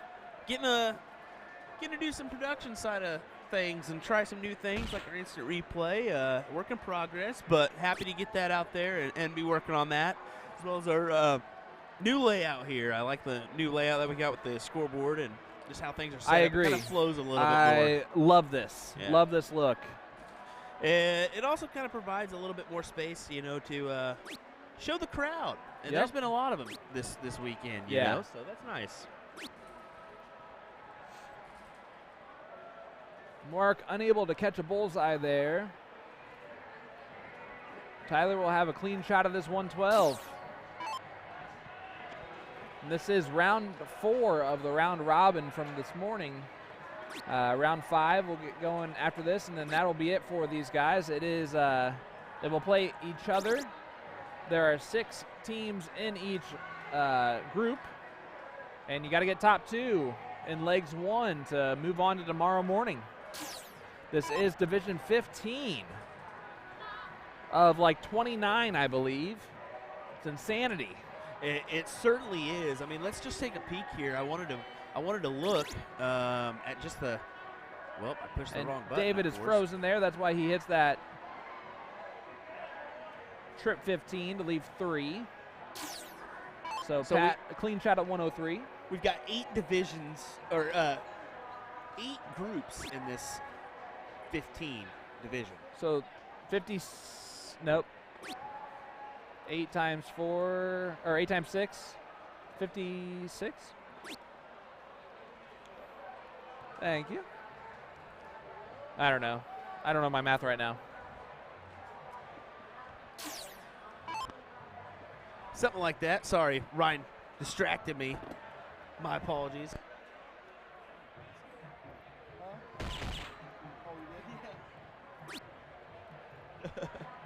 Well, let me check. Yeah, I was just taking a peek. And division-wide, there's 15, 6, 23. It goes all the way to 23. So 47 in most. There's a 48, a 46, and a 44 in that last. So, I mean, that's how many teams are in this thing. That's incredible. Yeah, remember, take those numbers times 4. That tells you Yep. how many people are on the floor playing darts. 15 for Tyler. Oh, drags it low into the 2. But he doesn't bust. However, the 3 can be taken out. It's tied. 75-75. So David has a clean shot at this 3. And he hits it. Big I am darts interested to there. see that replay. Really?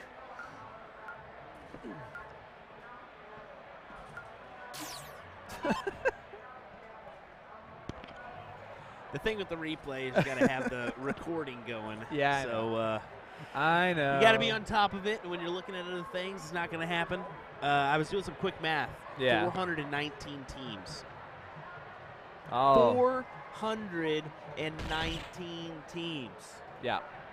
Times 4? Yeah, 1,676. Yeah. That's players.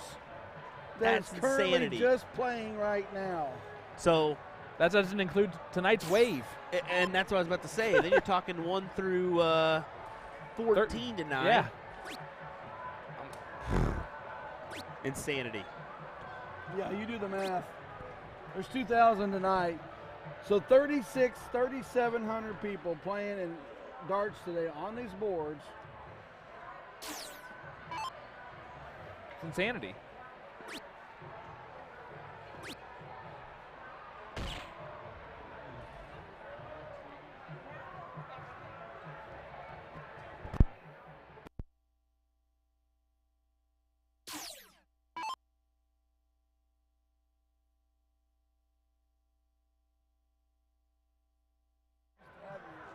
Yeah, it's a fun new toy.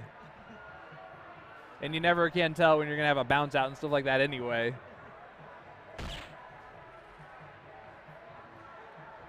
All right, here's Scott V. Peterson. You guys did a shout out to the winner yet? We have not. All right, so we got Kelsey's Burnt back. That is David Burnt, Mark Burnt, Odin Cherry, and Scott Peterson from Stansville Vending. They are taking on Schooner, Matt Copeland, Pat Arsenal, Shane Smith, and Tyler Rapoli from Flipside Coin Machines Incorporated. So shout out to our vendors that sent their players to compete here at today's WAMO's team event.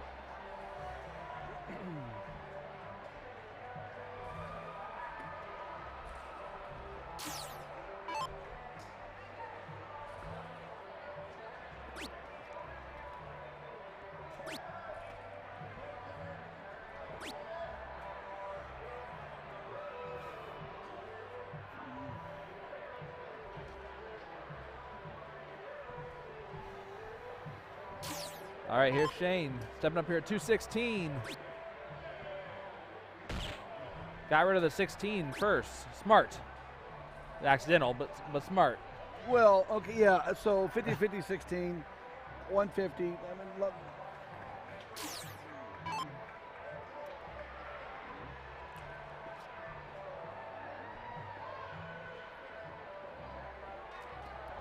They're going seconds. Huh? They're going seconds. If it's lose or start, yeah. Then it's 1-0 Kelsey's Burn.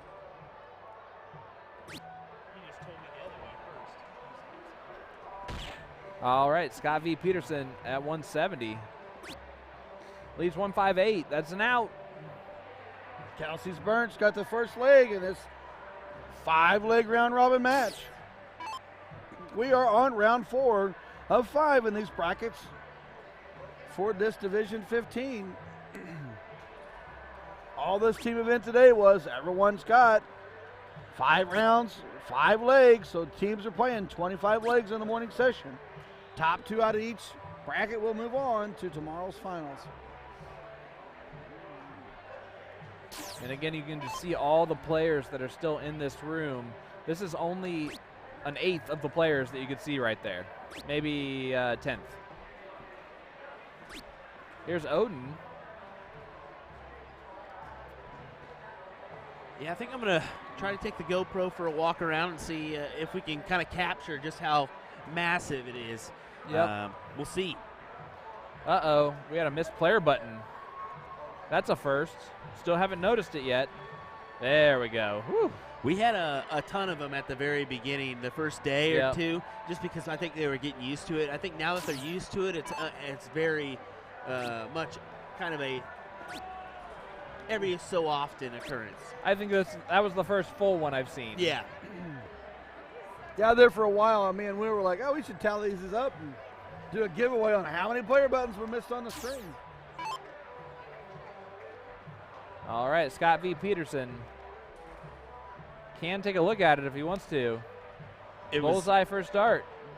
It was pretty funny. Hilger had a practice round when there was nobody in here, just like kind of setting up day. 8 rounds in a row. He forgot to push the button. Trip 18, trip 18. Ooh. 97 for 40. He goes back to the bull just to leave it down there. I don't know what he was shooting at with the second dart there. Had 108 left.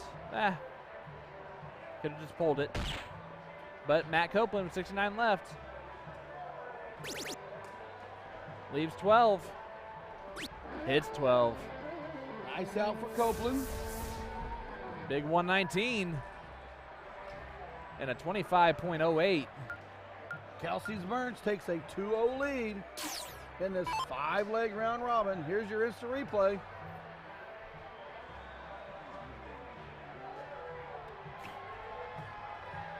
Just no emotion whatsoever. I like it. Just stays nice and steady. So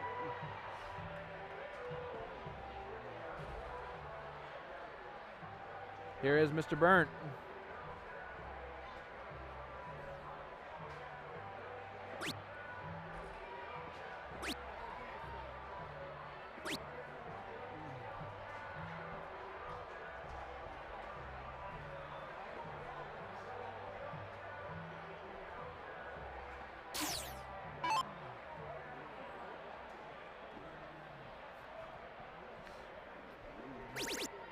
for those who are just joining us, this round robin is based on 4 players per team. The first 4 legs, every player takes their turn on their own score, with one of them sitting out each round, and then we get to the 5th leg, all 8 players will be involved in the finals.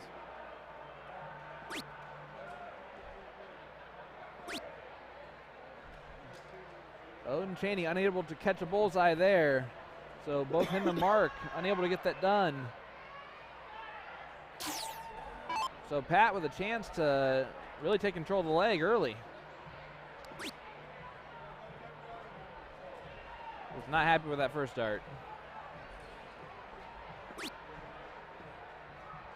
Little overcorrection there.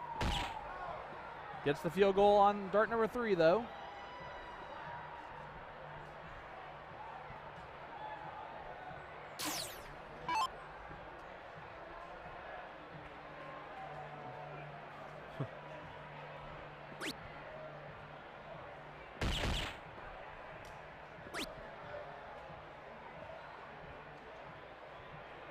Marino asks, how many rounds now? This is round 4. Round 4 of 5. Yep. So we have the rest of this round and then round number 5 left. So 8 more legs of darts for this morning session.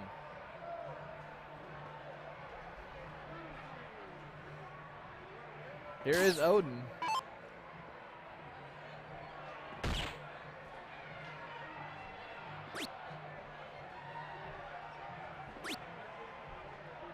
Unable to get to the out, but gets 70 points there. That's not bad.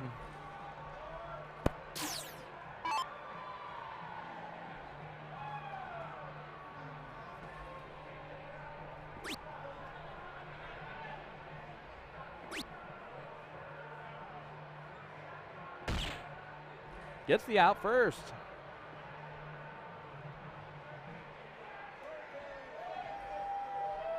There's Bob back there behind in the background with a bogey shirt on.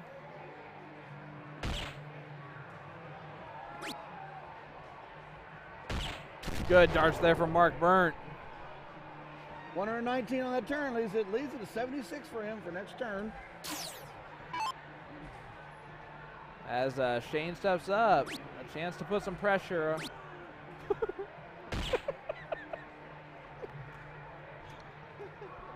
There's Bob. We got to give Bob some credit for cracking up USA Darts Productions. Wow. He's a very animated player behind us. It's so good. All right, here's Odin. Needs a bull.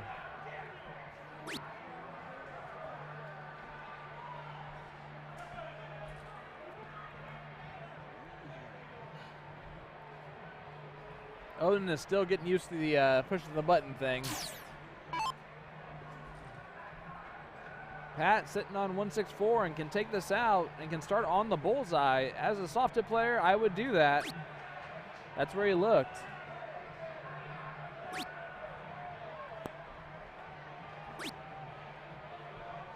What I mean is, obviously, as a steel tip player, you do not go bullseye first on 164. That's the worst thing you can do. You got to go trip 20, trip 18, or trip 19, trip 19 for the bowl. But in soft tip, you got it bullseye first. Will leave you that trip combination. 52 for Mark. Oh, he just pulls that into the 3. Do you think it's not good that Will just ran out of the booth? We'll be fine. Just so you guys know, this USA Darts Production is brought to you by Ryan Miniam and Sean Green. The production manager has stepped out and we have taken over. And he's back. Scuba Steve steps into the booth.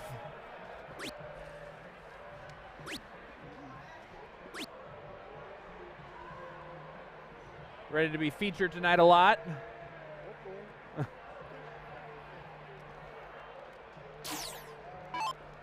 As Odin, 182 left.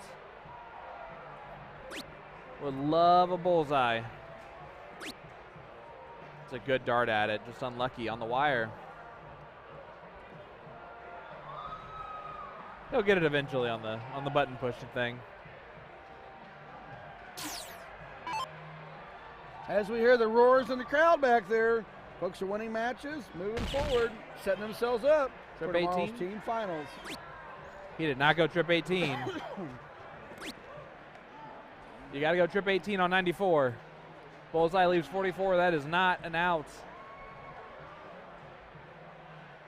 And that could be a mistake that cost you here with Mark on 41.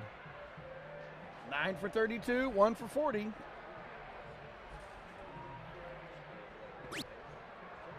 11 for 30. 20 left. Single 20. Oh, drags it over to the 5, and he is not excited about that.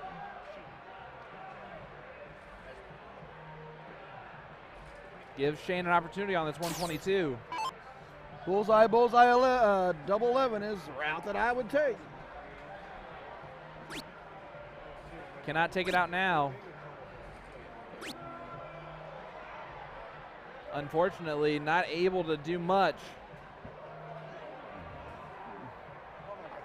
I don't think Odin's looking to take this out as much as just make sure Mark has a shot at it. 54 for 40. Yep, he went for the bullseye as Now well. he's got a freeze opportunity here. Stayed on that bull to set up the freeze. I always like taking a shot at the out when your opponent can.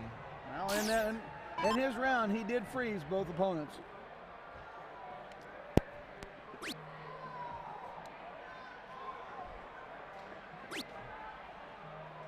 He's looking for a bullseye here to leave 11. He tried to hit the trip 20, I believe, to leave 1.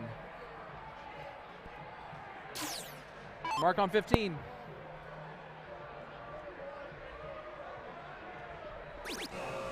Double 10. And Shane needs to just get low. As Mark, so disappointed he misses the player button. And if you hear a roar in the background, it's because Bob's stepping up to the line next to him. 87 for Shane Smith. He can take this out. 19s. Leads 57, 19s. Yep. Shot at it. Does get below the freeze number. Odin's into the music, as is Mr. William Stewart of USA Darts. 50 for 12. Only busts it. Oh boy, and so that means a single dart out here for Pat, and he has a look at it. He's not frozen. Trip 17.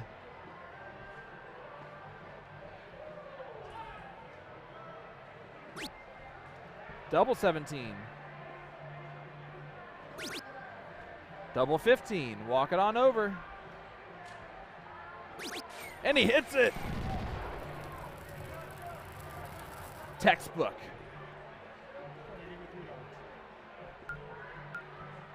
The single 17, double 2, double 15. Just like you wrote it up, because it went into the winning total.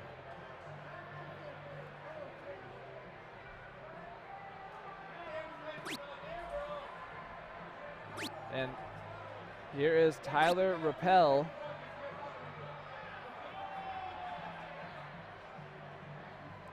Is a 3-0 scoreline for Kelsey's Burnt.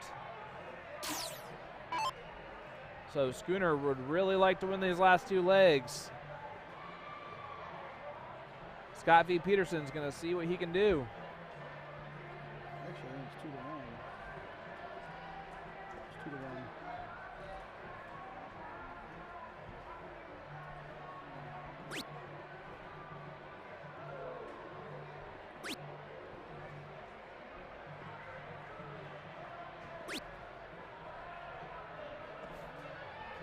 Scott gives a little nod to the camera there, the board. Wayne.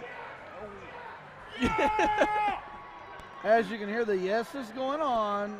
I think that was our We friend. don't have it on camera, but somebody just hit something. That was Bob. saying definitely yes. Bob. That's Bob. That's Bob. Yes. Yeah, you freaked me out there saying that 3-0. I had to double take real quick. 2-1. 2-1. Kelsey's Bird taking on Schooner. Schooner is out of Flipside Coin Machines Incorporated. Kelsey's Burnt is representing Stansfield Vending Incorporated.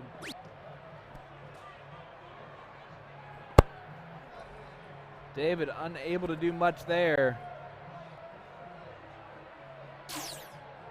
Tyler looking to take control of the leg here.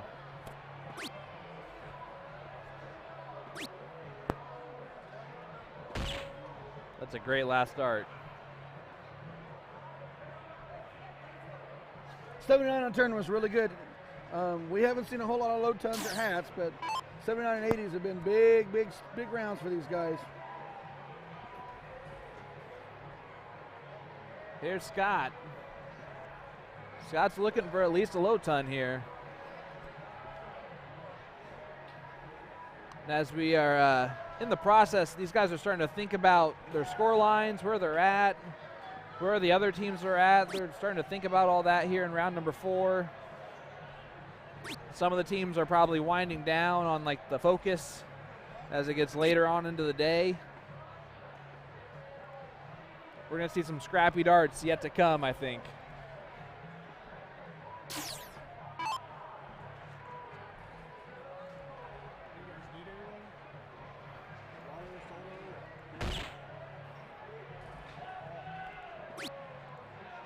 I will tell you this, Matt Copeland has been very steady.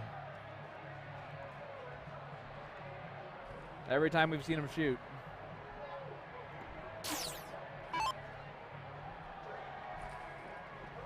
I just updated the bracket on Division 15. There is 8 separate brackets going on. Everyone currently is in round 4. 2 players or 2 teams out of each bracket will make tomorrow's finals for Division 15.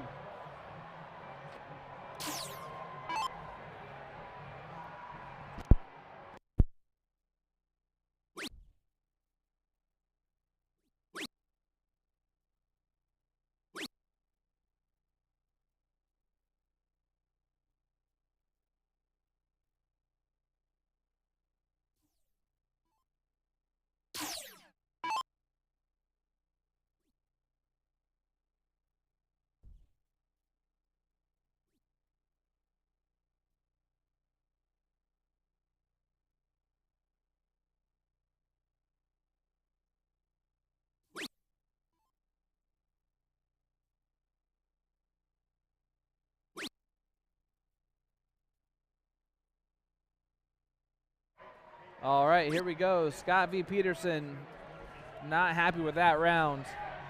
Drops into some good misses, though. 53 points is not bad. Well, we've been talking about the roars and the cheers of the crowd. We got a lot of excitement going on. We're in round 4 for most of the divisions. It's starting to get dicey and hot and heated out there. They're going to have to win their matches to get in tomorrow's finals. Matt only gets 38 there. Leaves a steady time when he comes back. Pressure's on Dave to get his scoreline lower. That'll help. Oh, an interesting last start. Leaves 170. Will it be enough? Scott, I don't want to finish either, though. So all 4 players have got a 10-plus finish.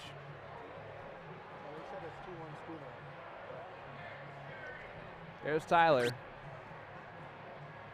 Now just bullseye.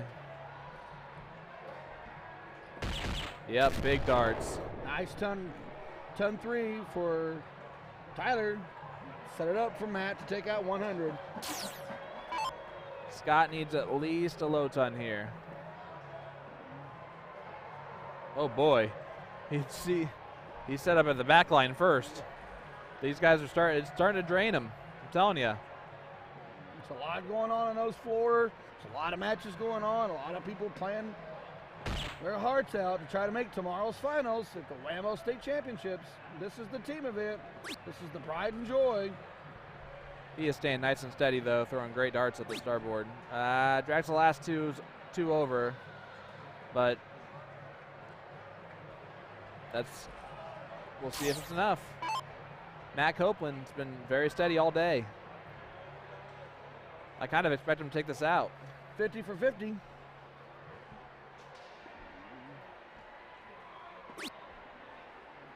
$38 for 50, 50 for 38. Yep, double 19. He did enough. Dave does not have a shot of the 170. All he can do is get low. It was an improbable finish anyway, but you never know. David cannot take this 170 out because of the freeze. Yep. The freeze, if you don't know, is Tyler and Matt are sitting at 70 points. Scott's at 100, so it does keep David from taking a look at that 170 out. Missed the player change button.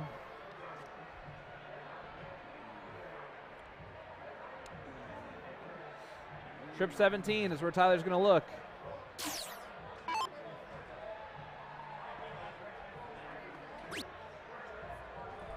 Double 17 remaining. Single. Oh, no. And he busts it. That's a tough third dart. It's too much green. It's like you're playing pool. Like, oh, look at all that green to make that pocket, and you shake it. Yep. You're on the putting green. I got a 3-foot putt. You pull it. Same thing when you're throwing that fat segment for a single out. All Scott can do is get low. He cannot go out. His partner has him frozen.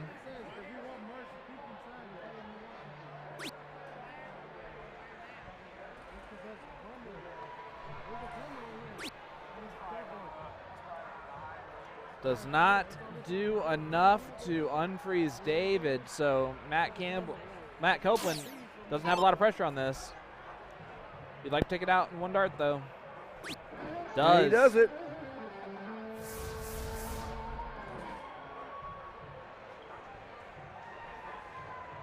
He's been steady the whole time. No emotion. Yep. You can see in the replay, no emotion. 3-1. Here we go. Round number 5. All 8 players will step up to the line.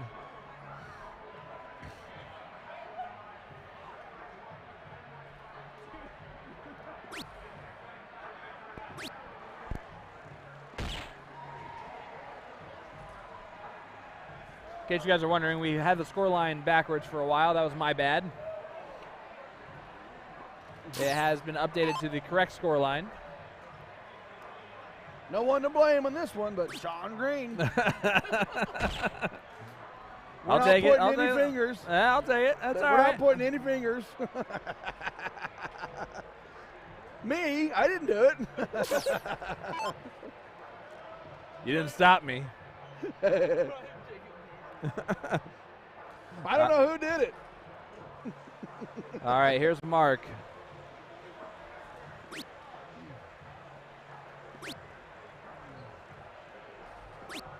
On Facebook, got about 82 viewers watching this action in the team event here at WAMO. Each team is playing in a bracket of 6, 25 legs. They count all legs. Top 2 teams out of each bracket move on in to tomorrow's final for each division.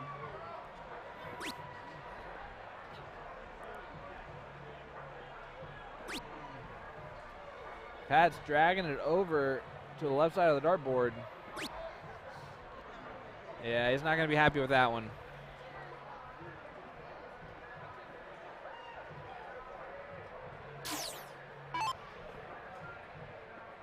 Scott knows a low ton really goes a long way here with 2:15 left. Gives that shoulder shrug.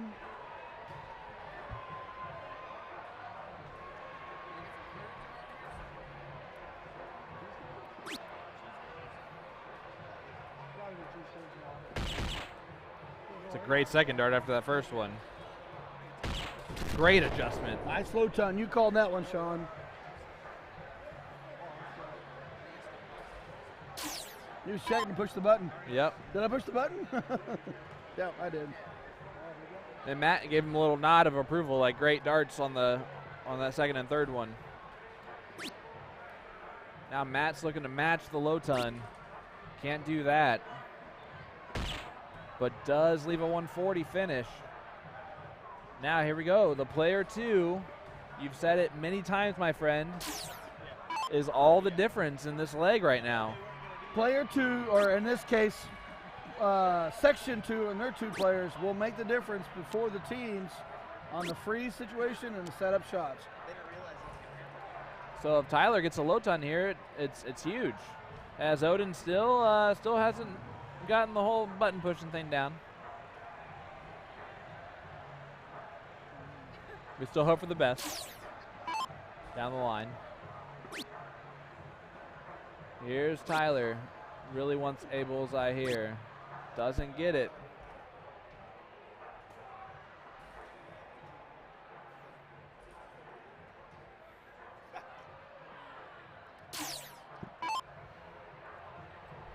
No, not right now, Scuba. We're busy.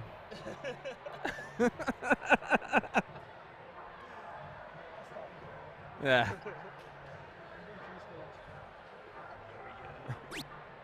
One in Wisconsin, have Steve Diker come stop by and see you with a lot of cheese curds.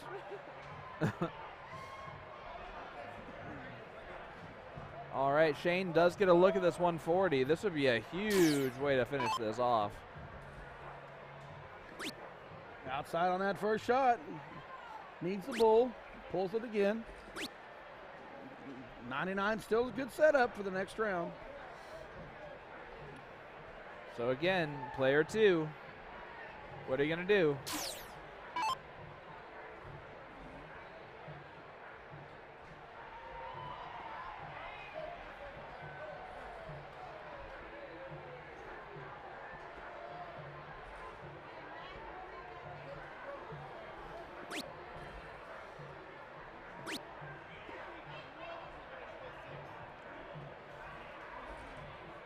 Mark didn't like that third setup, so he pulls off and resets. Yeah, I'm sure the grip was just a little bit off, and it's actually a great move to reset that. Yeah, a lot of players actually, I've noticed over the years, have started to really pull themselves off to reset. They make more mistakes when they throw by and they rush it up there.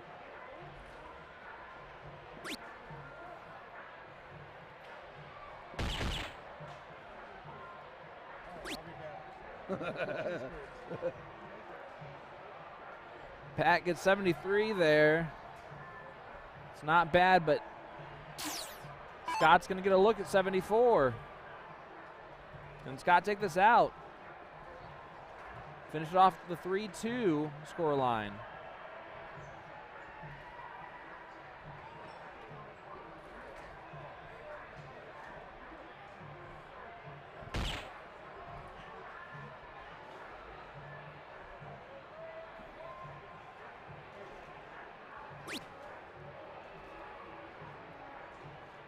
Chris X, thank you, buddy. 100 stars earlier.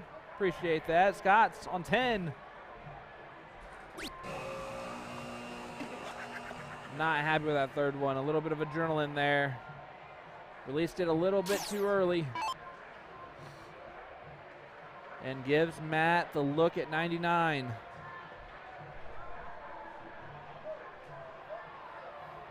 .99, 57 for 42. He does go the bull route. Now he can't. Yep, he rethinks it. Win at the 19, did not get it. Goals on the last one's a good last start. It comes down to Odin and Tyler. Who is going to score better here? Yeah, so this is the situation we've talked about.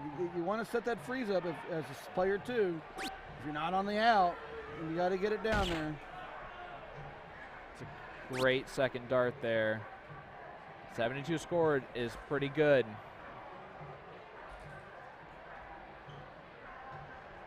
Here is Tyler. 169 would like to get it. Would like one more of those. Ooh, needs that 50 right there. And that'll work. He hits it. That sets up the freeze. It sure does. And what a fallout. That sets up the freeze. That Dave changes everything for David.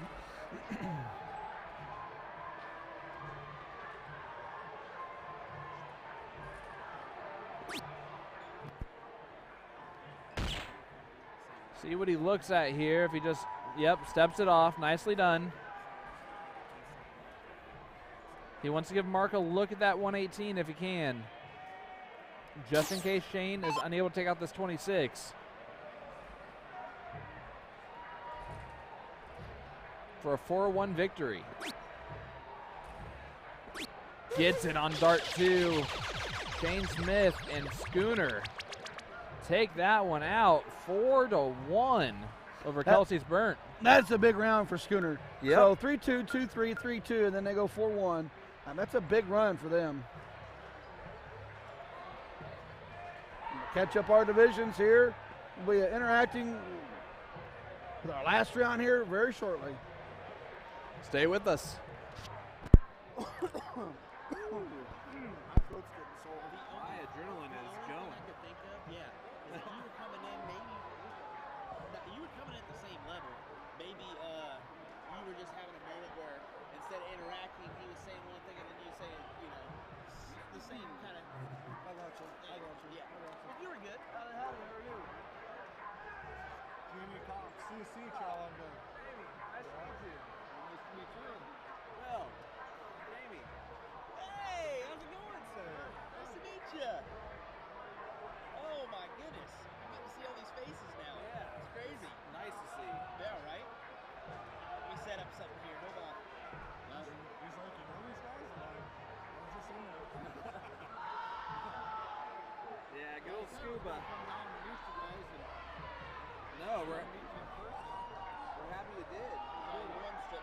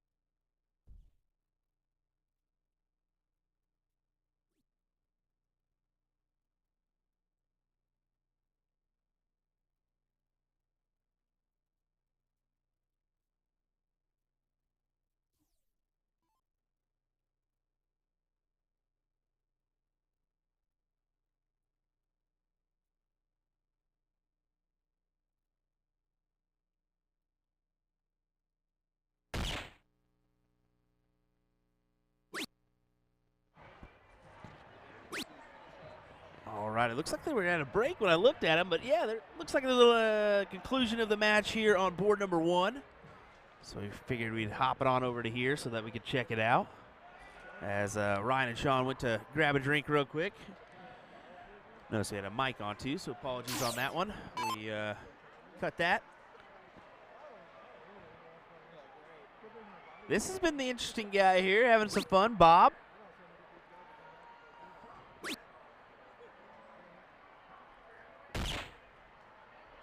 Look at that. Puts a fist pump there.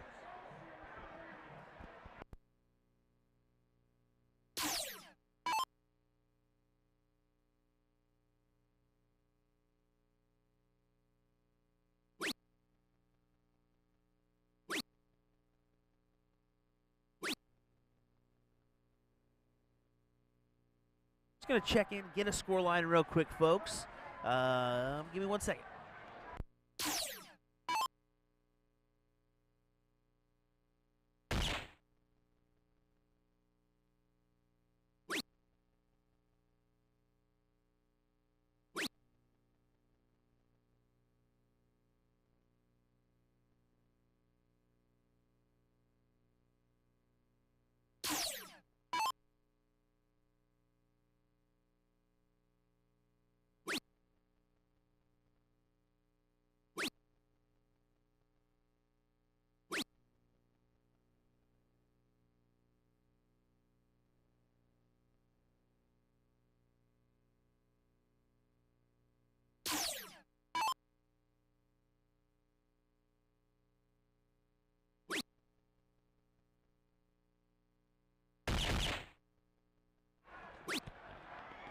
Alrighty, so it looks like it's 3-1. I talked to the Vineyard guys, and they said it was the other team. So, yeah, 3 lights and a spritzer are in the lead on this one.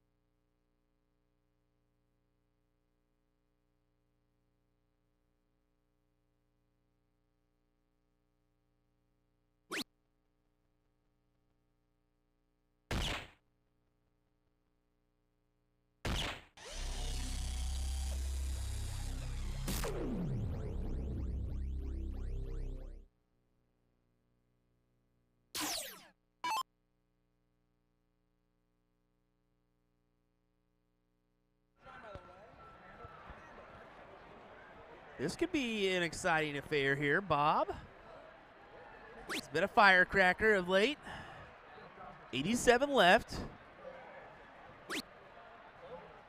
It's the 19s. He leaves 68. Not going to be thrilled with that one, but he knows what he needs to do to bring it down.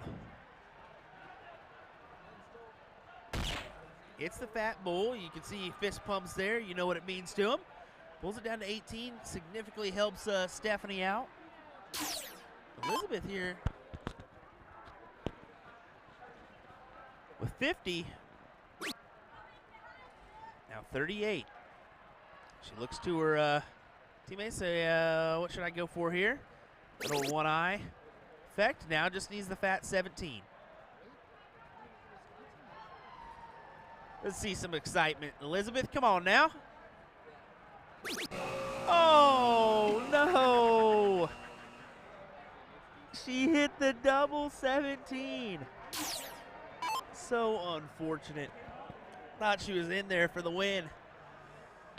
Thought I made it a 3-2 scoreline.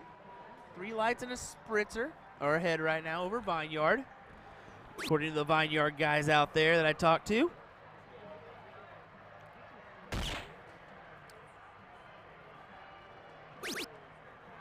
Does go for it. Ends up falling into the double four. Leaves 28, so 18, 28.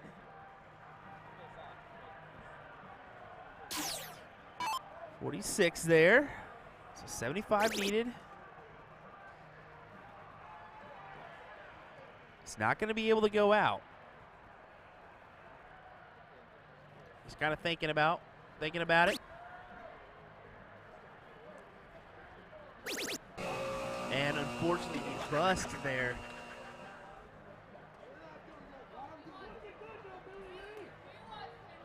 So Pam for the win.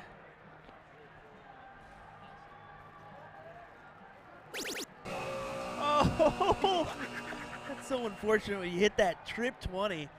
It's so beneficial in other places, but man, when you do it in there, tough, tough.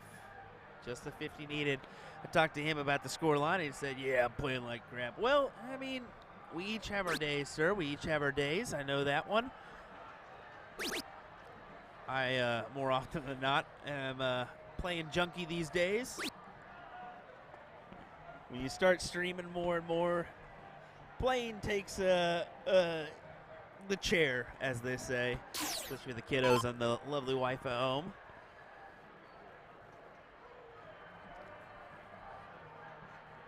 James was messing with me earlier. He has that quick ghost throw and then slow motion afterwards.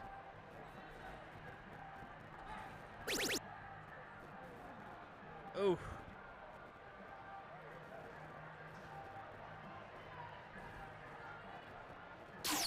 Almost like we got an instant replay on a little slow motion action.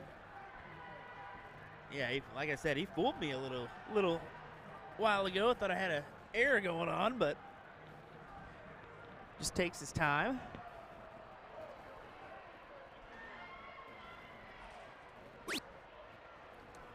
.60.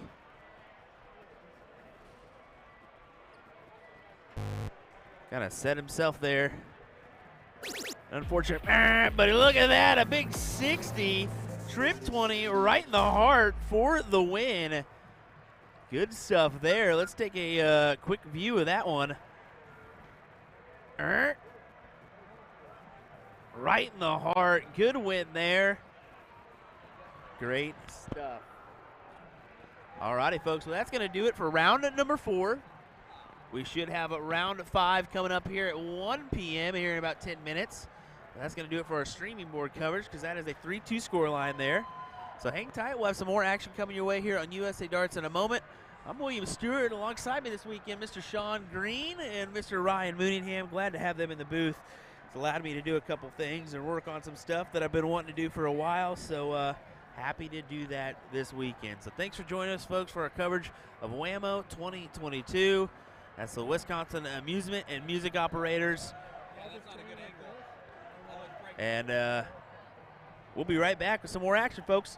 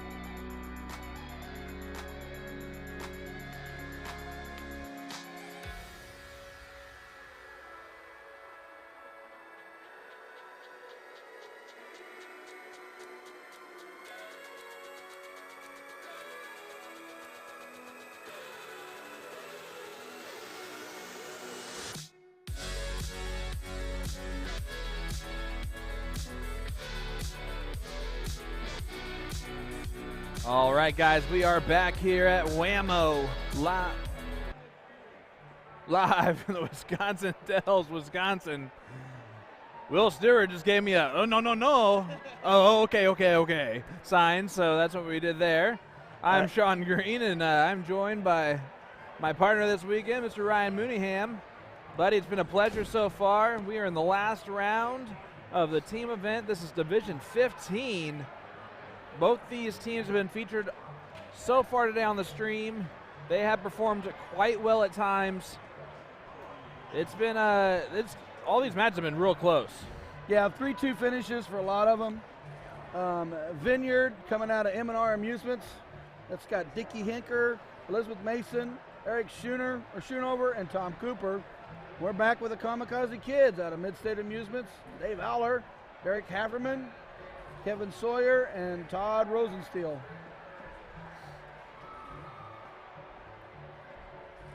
And great darts there for Tom Cooper.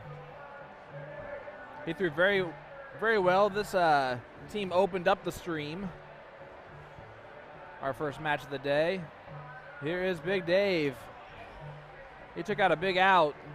Yeah, the last match that we had. So to give you guys an idea of what they do, they play 5 legs. It's 2 players per match until the 5th leg, and in the 5th leg, all 8 players are involved in the match.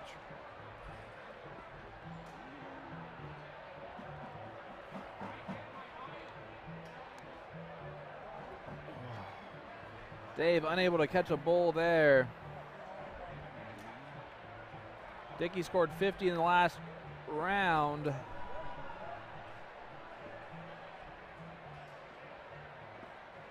And doesn't catch a bowl. You think they're tired?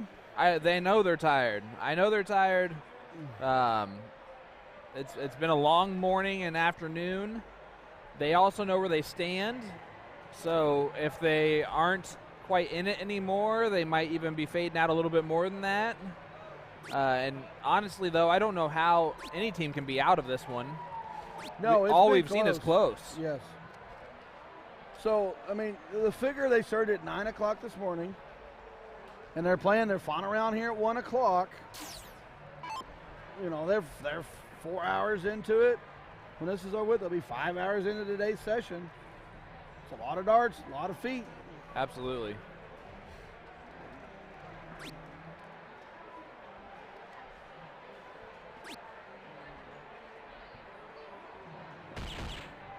Nice double ball on dart number 3.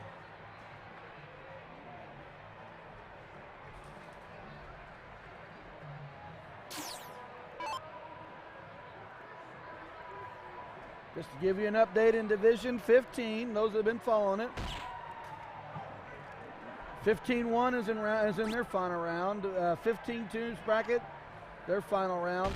15-3 is in their final round.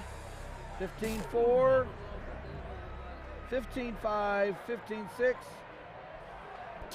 15-7, and 15-8 all have met their final rounds.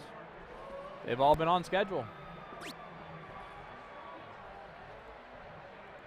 This is leg number 1, round number 5. For these guys, leg number 21. Leg number 21. We're getting tired.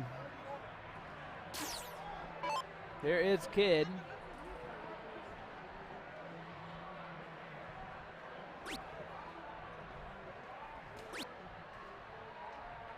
I think he was unhappy with his grip on dart number 2 and still released it, and I think that's why he got upset with it. Yeah.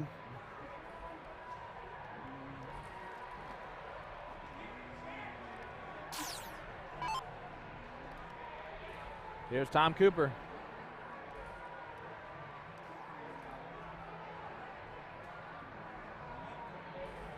It's a great first start. 3.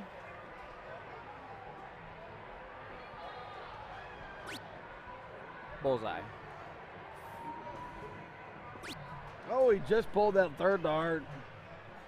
As soon as you see that elbow come out and it come across his body. Yeah, a little tension in that one. He wanted that one.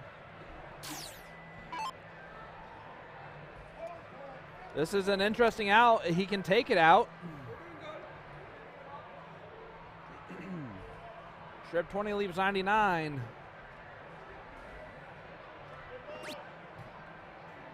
I'm not sure if he shot at it or not. But he did his job on darts 2 and 3 anyway. 113 turn keeps them out of the free situation. If it comes back to Kevin, he can look at the 162. And you're seeing, again, player 2 has been the factor in every leg.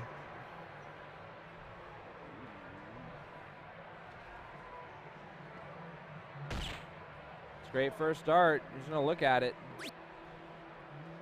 He doesn't like it. Yep, He heads does back go to the bowl. Kevin can take a look at this if he wants to, and He's thinking about it. 60-60 for 42.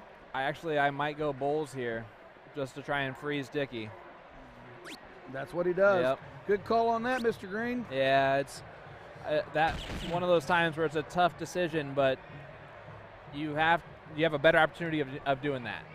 I think that's what you saw him sitting there kind of contemplating there just for a second. Do I go for this or do I go for the smart play? Smart play was a win. It did not pay off, but I agree with the move. Tom for 39. We got our folks are holding their hands up, want him to hit this.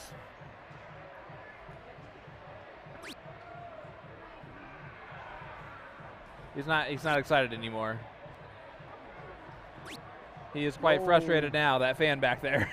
His teammate, I believe. He pulled that dart. I said fan, I mean, it was a fan of him right there. He thought he was going to hit that first dart. Big David Aller can take out this 46 to give the Kamikaze Kids a 1-0 start in this 5-leg round robin. It's also why I like the move from Kevin to go at the bowls there. He makes sure not to freeze his partner right now.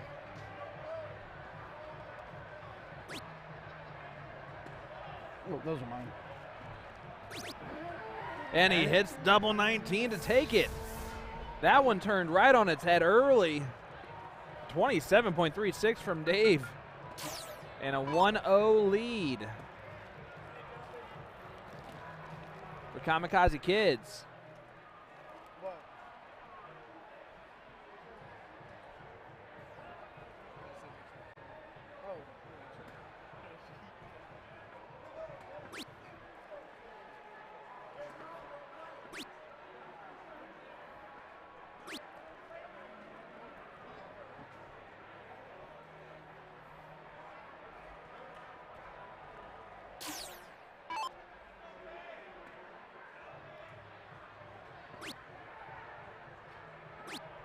Here's our first look at Elizabeth.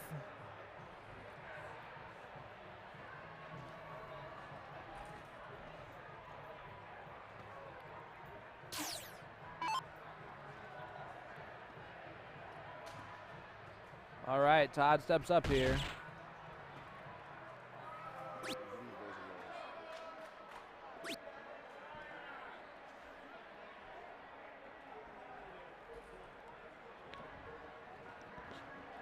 Mr. Jeremy Byrne just delivered us food, so yeah. you're noticing any one of us being a little bit quiet. I'll stay right with you guys, though, as Eric steps up for Vineyard. He has like 170 sauce packets in a bag, too.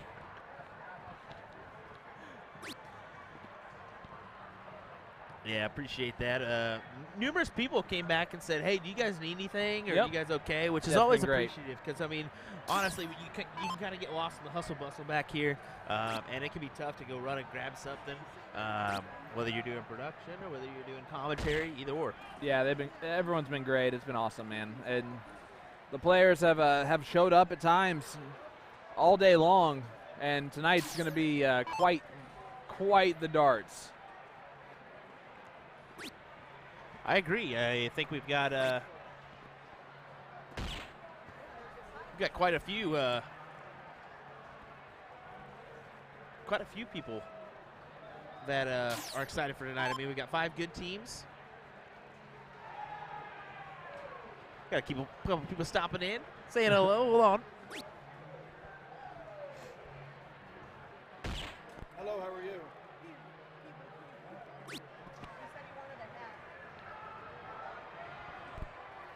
And Todd hits a leaves 149. Eric's sitting on 223. See what he can do here.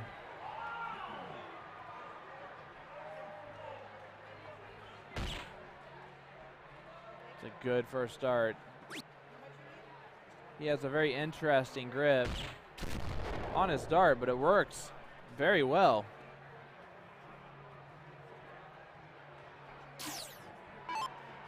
And the pressure returns to Derek to go low himself. First start registered a 1, but that's in the bullseye. Yep. Go back it up. 2 bulls. And the single 18 for a 118 scored.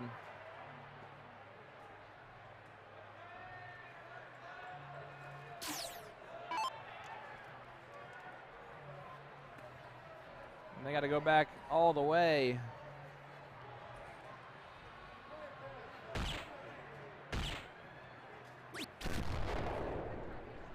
There's the 118. Leaves 73 on the board. It's a great round. I feel like we're hearing people slam on the door a little bit harder from time to time. Yeah, I mean, this dome is very interesting. I know we've talked about it a few times, but I mean, it's a pressurized air dome. It's got airlocks for all the doors, so when they shut, they slam, and then you feel like someone's hitting something or dropping something. It kind of scares you if you're not paying attention. Todd needed that bullseye there to really put pressure. Eric will have a shot at the 106. Just hit a low ton. See if he can hit this 106 out. Tie up the scoreline 1-1. 6 for 50.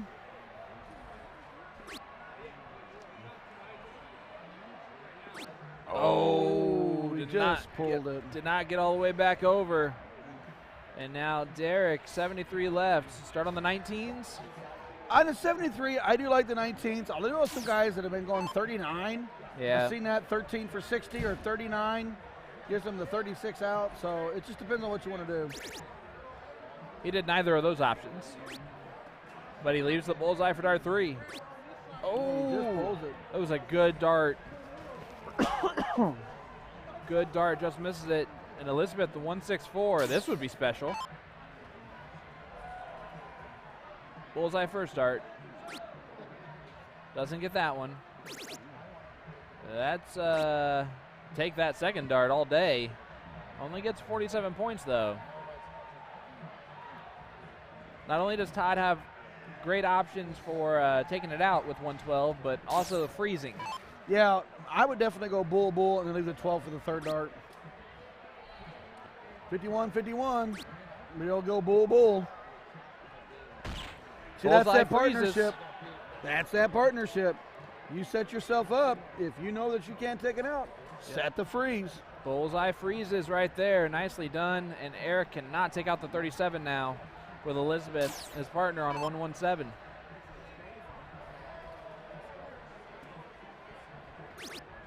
And a great first start for the 36 to leave the 1 left.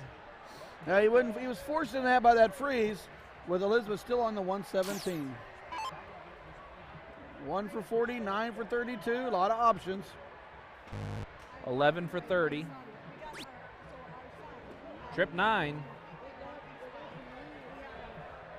You got to go for it. Yeah, but he threw right at it. That was a good dart. Maybe the 18's not bad at all. It's a common shot for cricket. So fat 18 or double 9, depending on which route he wants to go.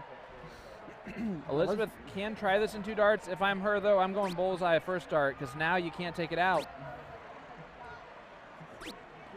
That's why I don't like starting up top. I understand the reasoning for it and everything. I prefer to get that bullseye out of the way first.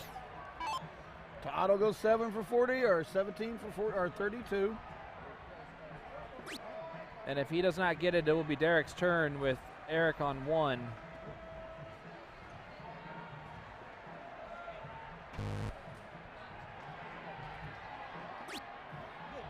and pulls the third one inside. Rick will have to push the button because he is froze. Yep. And Derek, 18 left. About 18 or double 9. What do you do, Sean? You got to go right at the 18 here because the 1 and the 4 don't scare me. Yeah, it goes right at it. Heart. Nicely done there. That gives us a score line. Kamikaze's 1, Vineyard 1. Nope. That makes it 2-0. He's on Kamikaze's. He's the only one not wearing the bright orange. Oh, that's why I did it wrong. Yep. Kamikaze kids were in orange. They are 2. Vineyard is 1. My mistake.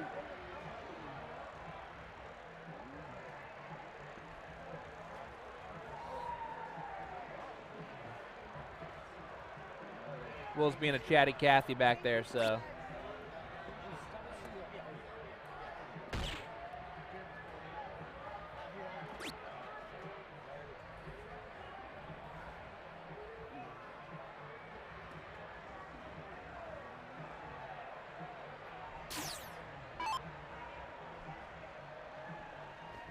All right, here is Todd.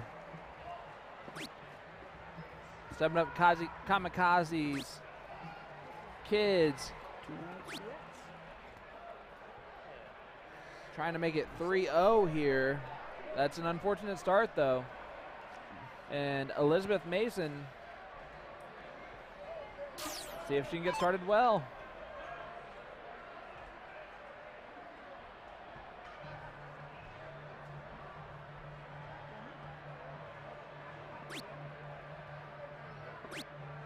She's going at the 20s.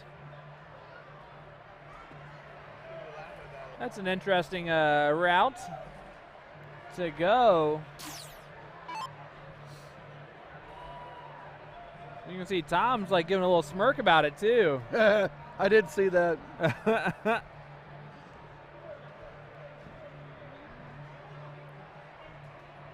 Unfortunately, though, that does open up the door for Kevin to run a little bit. Not very much. I think they're getting tired, Sean. Oh, they are. Kamikaze kids have produced a lot of good darts. Vineyard has pushed a lot of good darts. Well, we're starting to see the fatigue. And there's also been a lot of BEE-RR wins. That is true.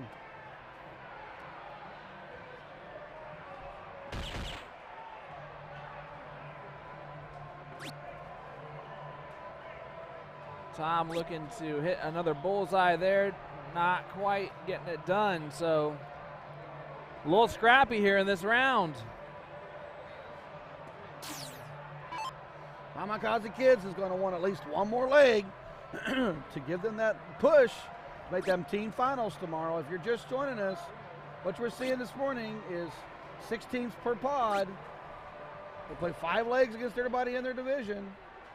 Top 2 out of each pod will move to a team finals tomorrow. And I want to say I appreciate everyone from my neck of the woods tuning in with us. Mark Miller sent us 200 stars. Dave Collette, what's up, brother? Good to see you. Thank you to everyone for supporting these players. My good friend William Stuart and my good friend Ryan Mooneyham. It's always great to see you. And also, obviously, WAMO in this fantastic tournament. Incredible. That's why we're doing this. This is a showcase. This showcase is what darts are like up in the state of Wisconsin. This is their state tournament. They play for their vendors. They play year-round to get ready for this final action. Well, I just wanted to give a shout-out to both of you guys because you're bringing some energy. Some you guys are working well together. You guys, you just met each other last night. It's incredible. You guys are flowing, sounding good. Well, I try to make myself easy to love. Oh, my goodness. I got a lot to love, too. You both do. What? Oh. Tom Cooper sitting on 161. Just take a shot at it for fun, Tom. You can go bullseye first, too. Can't take it out now. Now he is scrambling and does not produce.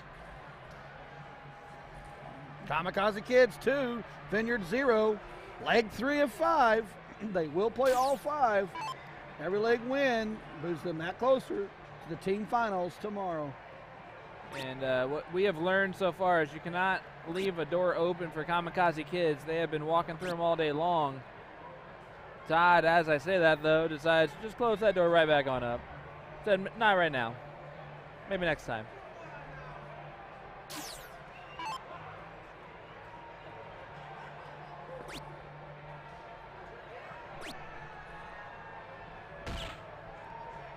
Great third dart from Elizabeth. The inconsistency in her throw is going to definitely come from the little hop that she has as she's throwing the dart. That I've upwards seen that. moment, or I movement. was watching her throw that last round, and that little hop comes out. You see that a lot from a lot of players that are not that consistent. The little movement in their arm and lean forward, the little hop up. It's how they're propelling their dart to the dartboard instead of just using that wrist action. Yeah, you certainly want to have a sturdy base and no movement at all. I mean, you only want to have that arm motion movement, essentially, because any more movement that you do, any just out of touch, I mean, it's going to cause problems. It's going to cause issues. Well, and you're playing a game in millimeters, so the difference between a one hole out is what everyone terms, and hammering that bull or hammering that out can be the slight arm movement that you didn't know you had, or the slight turn of the wrist. They're just little things that can change that flight path of that dart as it sails its way to its target on the dartboard. Well, that was unlucky. We're I sitting in think the double bull. I think he got a tail slap that left that 17. Yeah, dragged it out of the bull and left a 17 on the board. That's some brutal guessing by the dartboard. Well, we'll take that. Got a little quick on darts 2 and 3 after the first one, but take 61 points all day.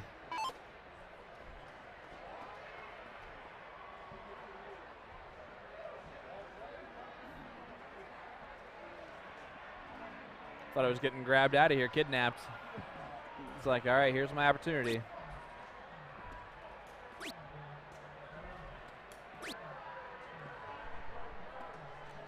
What's really tough about it is we got 1,700 teams playing today, or 1,700 people playing today. Only 2 teams per pod will make the team finals tomorrow. So a good 3/4 of this field will be done after today. And it gives them a free Sunday entirely. 2. All right. Trip 16. Just a little bit short on dart 3. This is where the freeze is going to get a little bit interesting. Todd can take out this 1-2-2, and freeze is not interesting anymore. Can't do it now.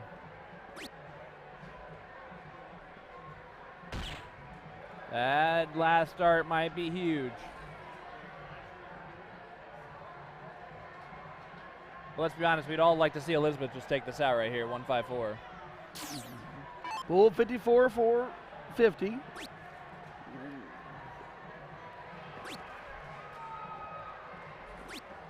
She looked up at the 20s for darts 2 and 3. It all comes down to this. Where there'll be a freeze, will he take it out?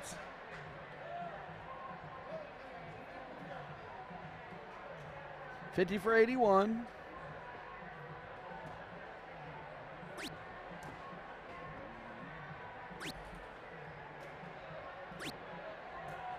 He does not do either of those, so Tom Cooper's going to have 41 remaining.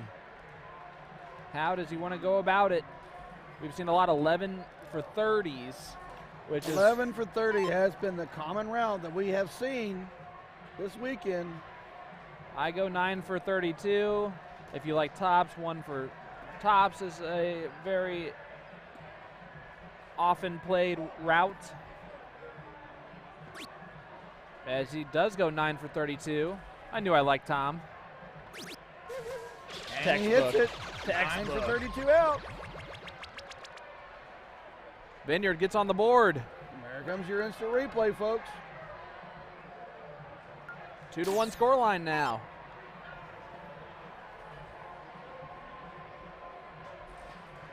The star of our show, Bob's on the board next to us. The Big Dave stepping up to the line here. He's had a couple of big rounds. Dick Dave also had some big outs, too. Kamikaze Kids, Mid-State Amusements. They've got a 2-1 lead over Vineyard, and Vineyard's representing M&R Amusements.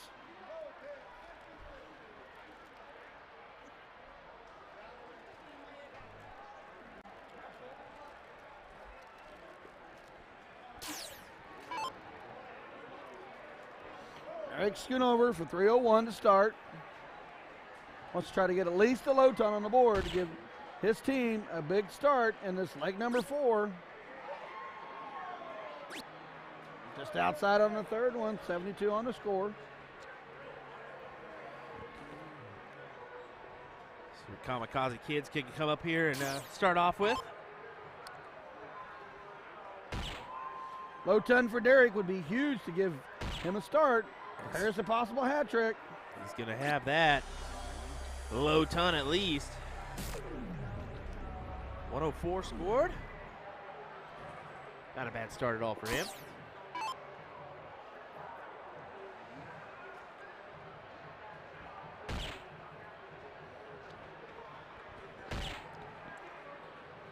This is the final round for those just tuning in of our round robin this morning.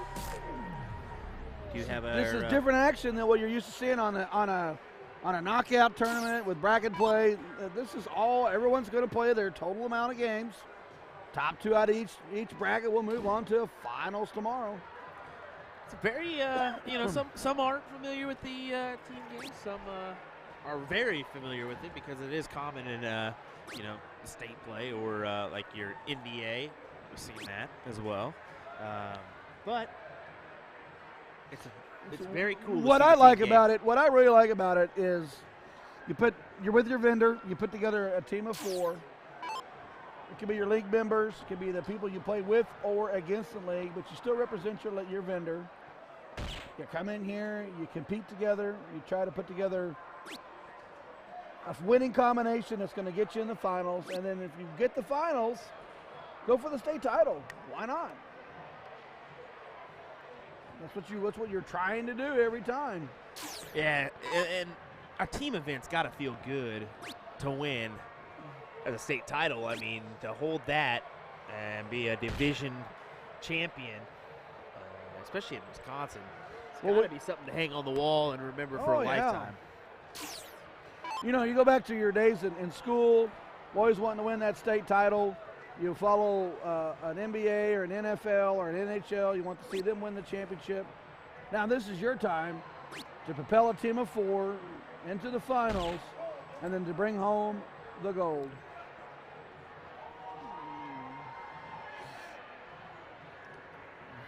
Feeling tomorrow will be a different feeling in this room. Tomorrow's going to have a lot more energy. You're going to hear a lot more roars. As teams get eliminated, we might hear a choice word or 2. Yeah, I think so as well. But I think our numbers will be cut dramatically too. But I think they bring in everybody at once, so it may not feel like that until we start trickling down through the bracket. Well, if you've got 1,700 shooters this morning and another 1,700 shooters tonight, a lot of people. Yep, that is a lot of people. Quick math. That's not including us and vendors and spectators. This place will only hold 3,300 people, and they've got more of that in shooters. Insanity.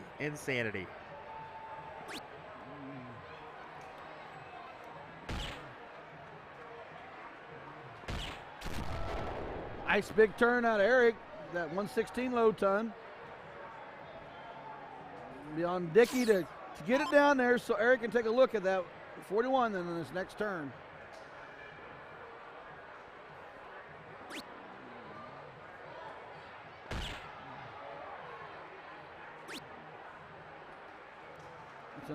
That's a scoring option that they'll have to fix. He did hit the bull. leaves 13. Which is a huge difference. Big difference.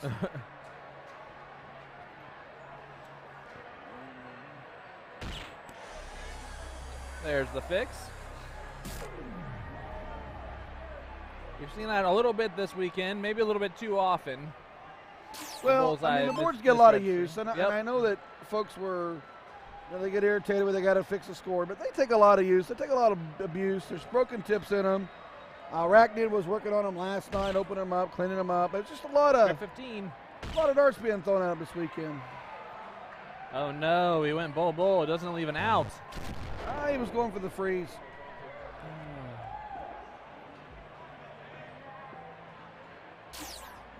I don't like it. David Eller can go 140 out and take the leg.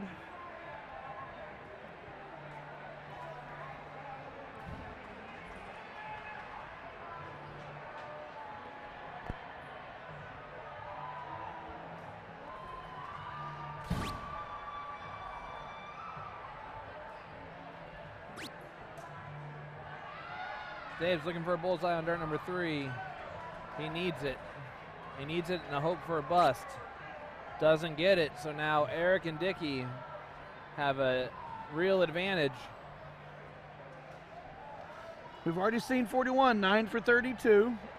And we've also seen 41, 11 for 30. So let's see what happens here. It's too close, too easy to call.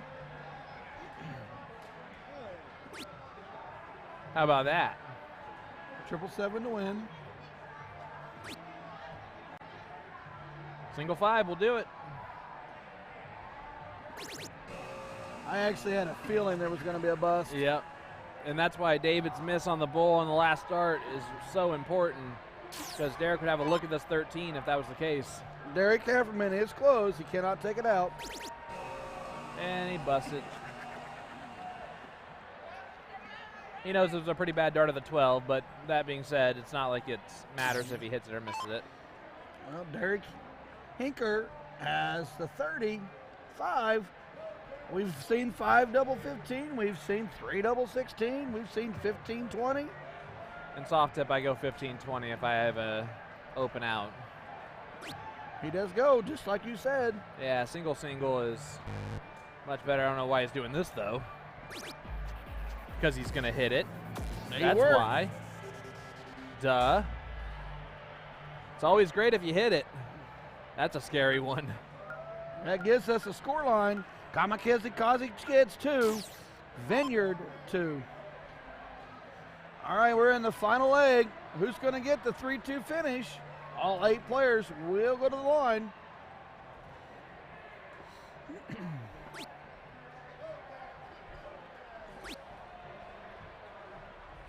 They're going.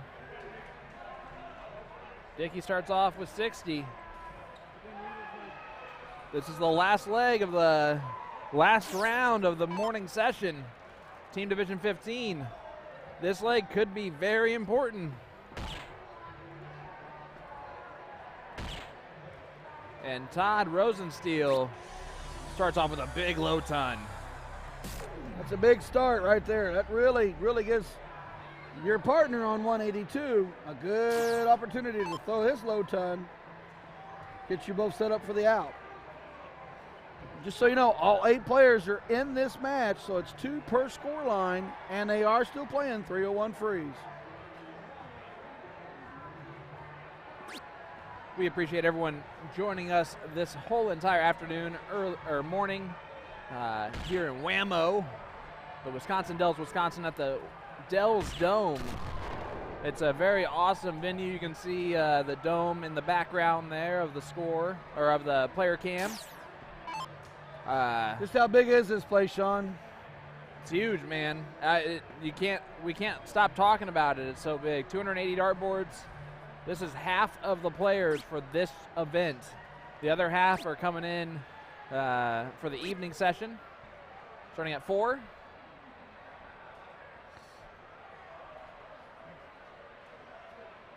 Kamikaze Kids 2, Vineyard 2. Here is Eric. We don't know who's going to come out of this bracket, but this one leg could be the difference. Yeah, they purposefully do not tell the score lines for each leg in case, you know, no one wants to know, like they don't want you to know exactly where you're at unless you're communicating with all the other teams, which pretty much everyone does anyway, but I get it.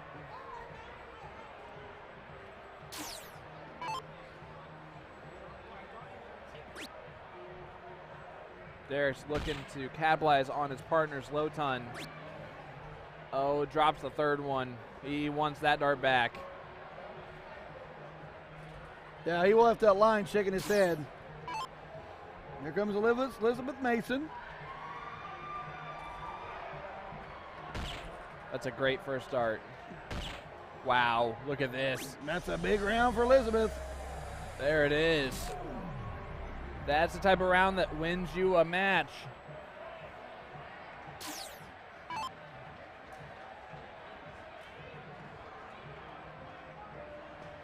When a person who's struggling steps up at a big moment, that's a huge momentum swing. Especially in this four-man team event. I mean, Elizabeth set that up for her partner.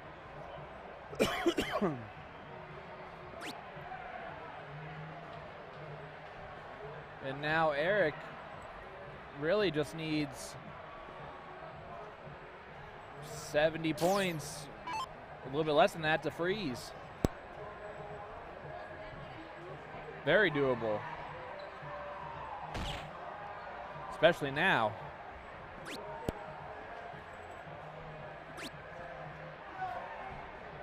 Gets it done. 184. Does put the freeze on Todd.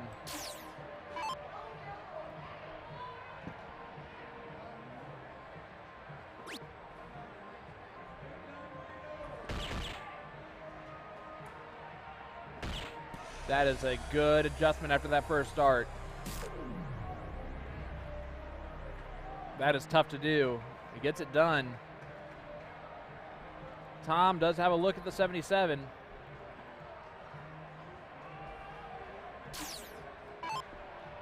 Definitely in good spirits. Those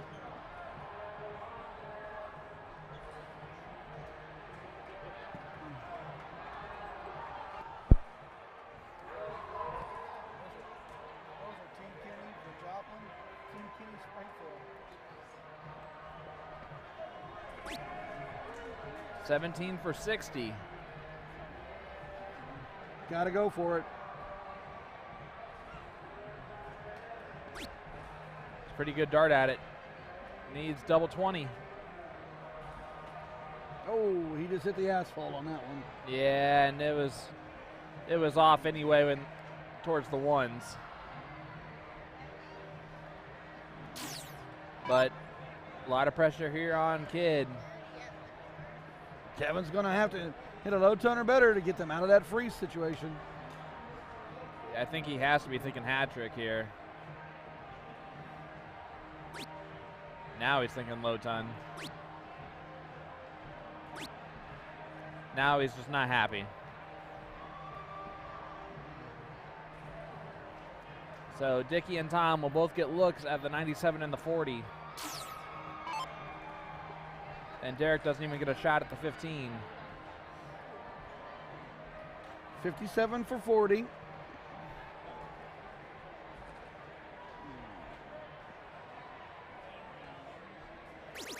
Got it. Pencil 97 out right here. Double 20. Gets one more at it. He did pull off the reset. Did you see that? Yep. Throws a good dart just into the corner pocket of the 5, though. But again, Derek can do nothing to stop Elizabeth from taking a shot at 40.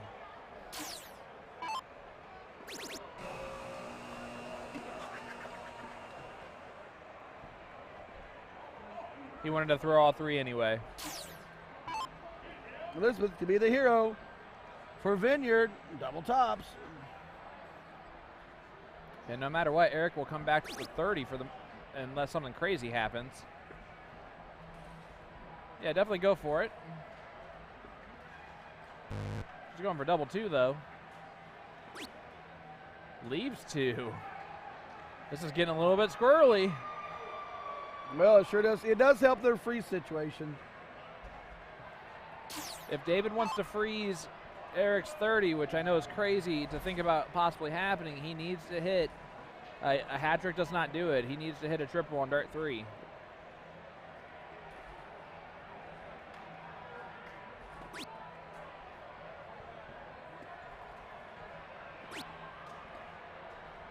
Yep. Unable to get it accomplished. Both those darts to the right off his hand. You can see both of them sailed to the right. He did make that slight adjustment to hammer the bull on the third dart.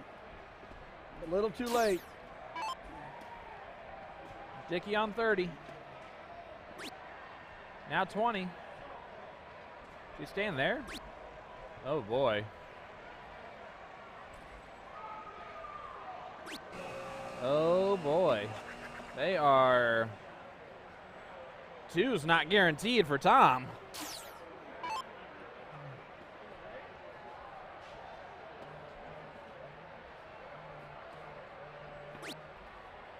And goes inside on the 14, but hits it. Someone likes the music. Tom Cooper, 2 points. Give Vineyard the 3-2 finish against Kamikaze Kids. This would be a heck of a finish. Kevin is just hoping for a shot.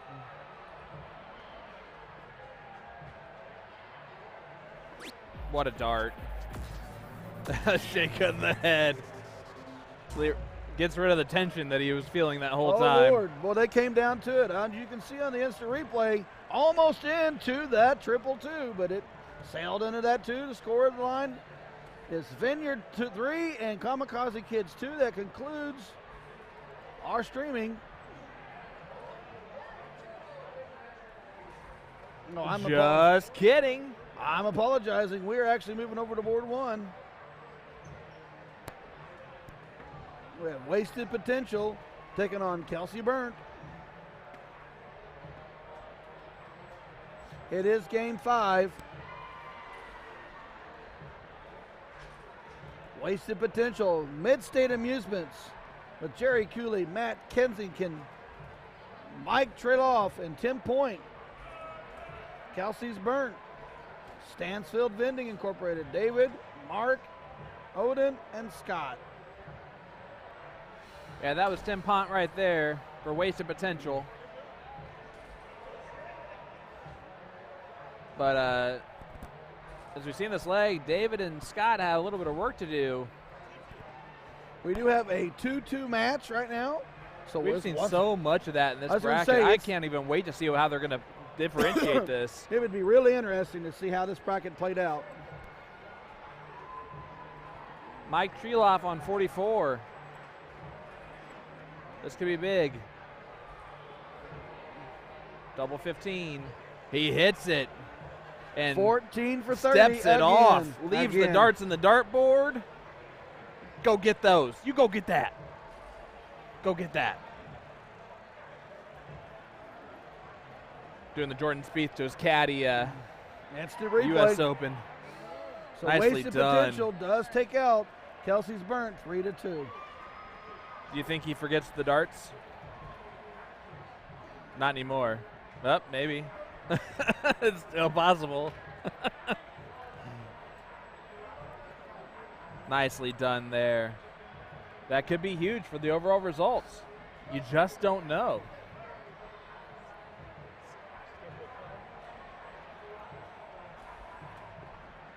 And let's look at the schedule of play. Wednesday night, you guys had great doubles cricket going on. That was a fun one to call.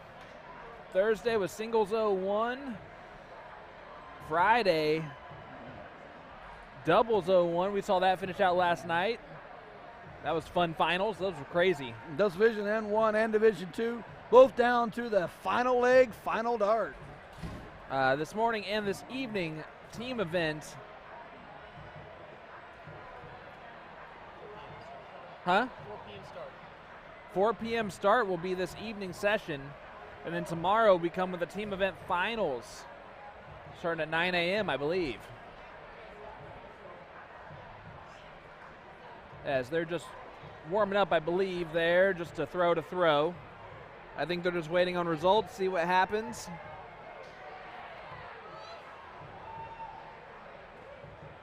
As we search around the room, you can see that there was one match still remaining in that bracket level. Look at that crowd, folks. That is still here. That is one of 10 sections. One of 4. With a giant opening in the middle With a giant opening in the middle, yes. It's been crazy. And yes, it feels like there's that many people in this room.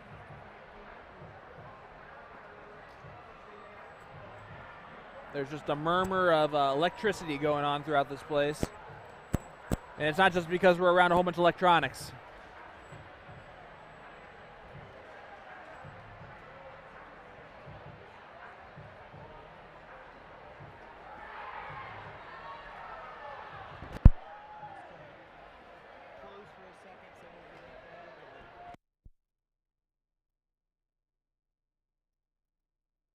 Well, guys, Sean Green here, William Stewart, Ryan Mooneyham. We're going to check score lines, and we might be right back. Stay with us.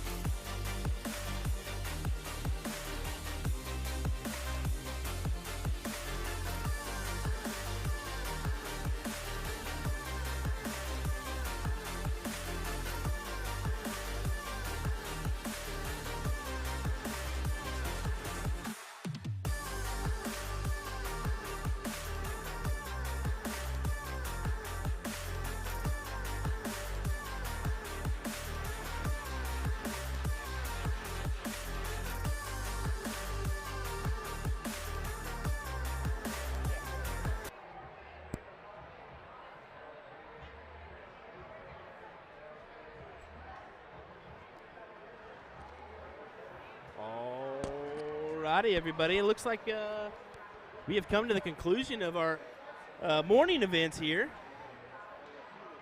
So let's do a quick recap. What do you say, Ryan?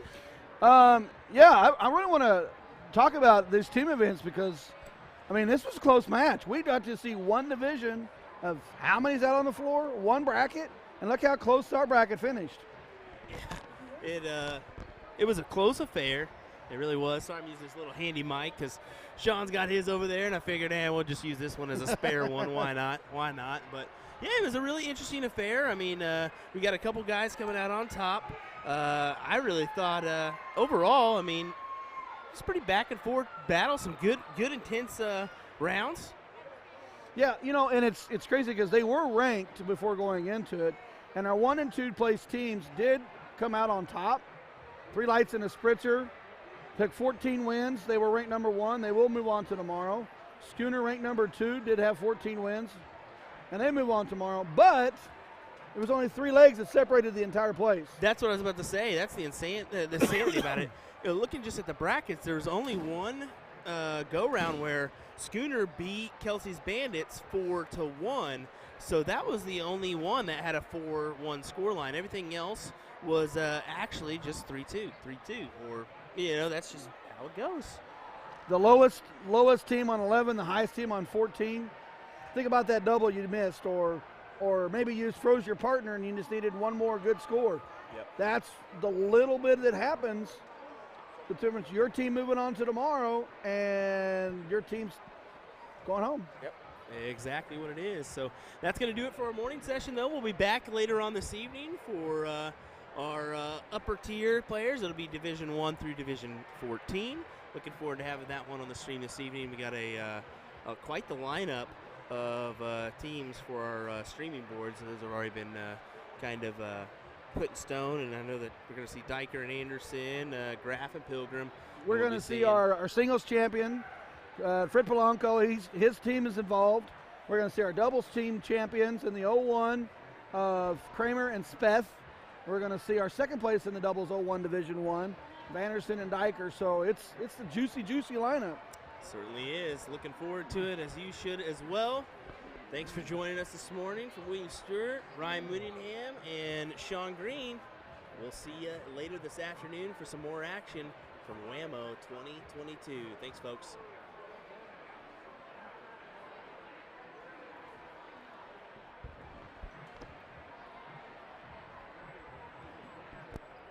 Amy won her first match.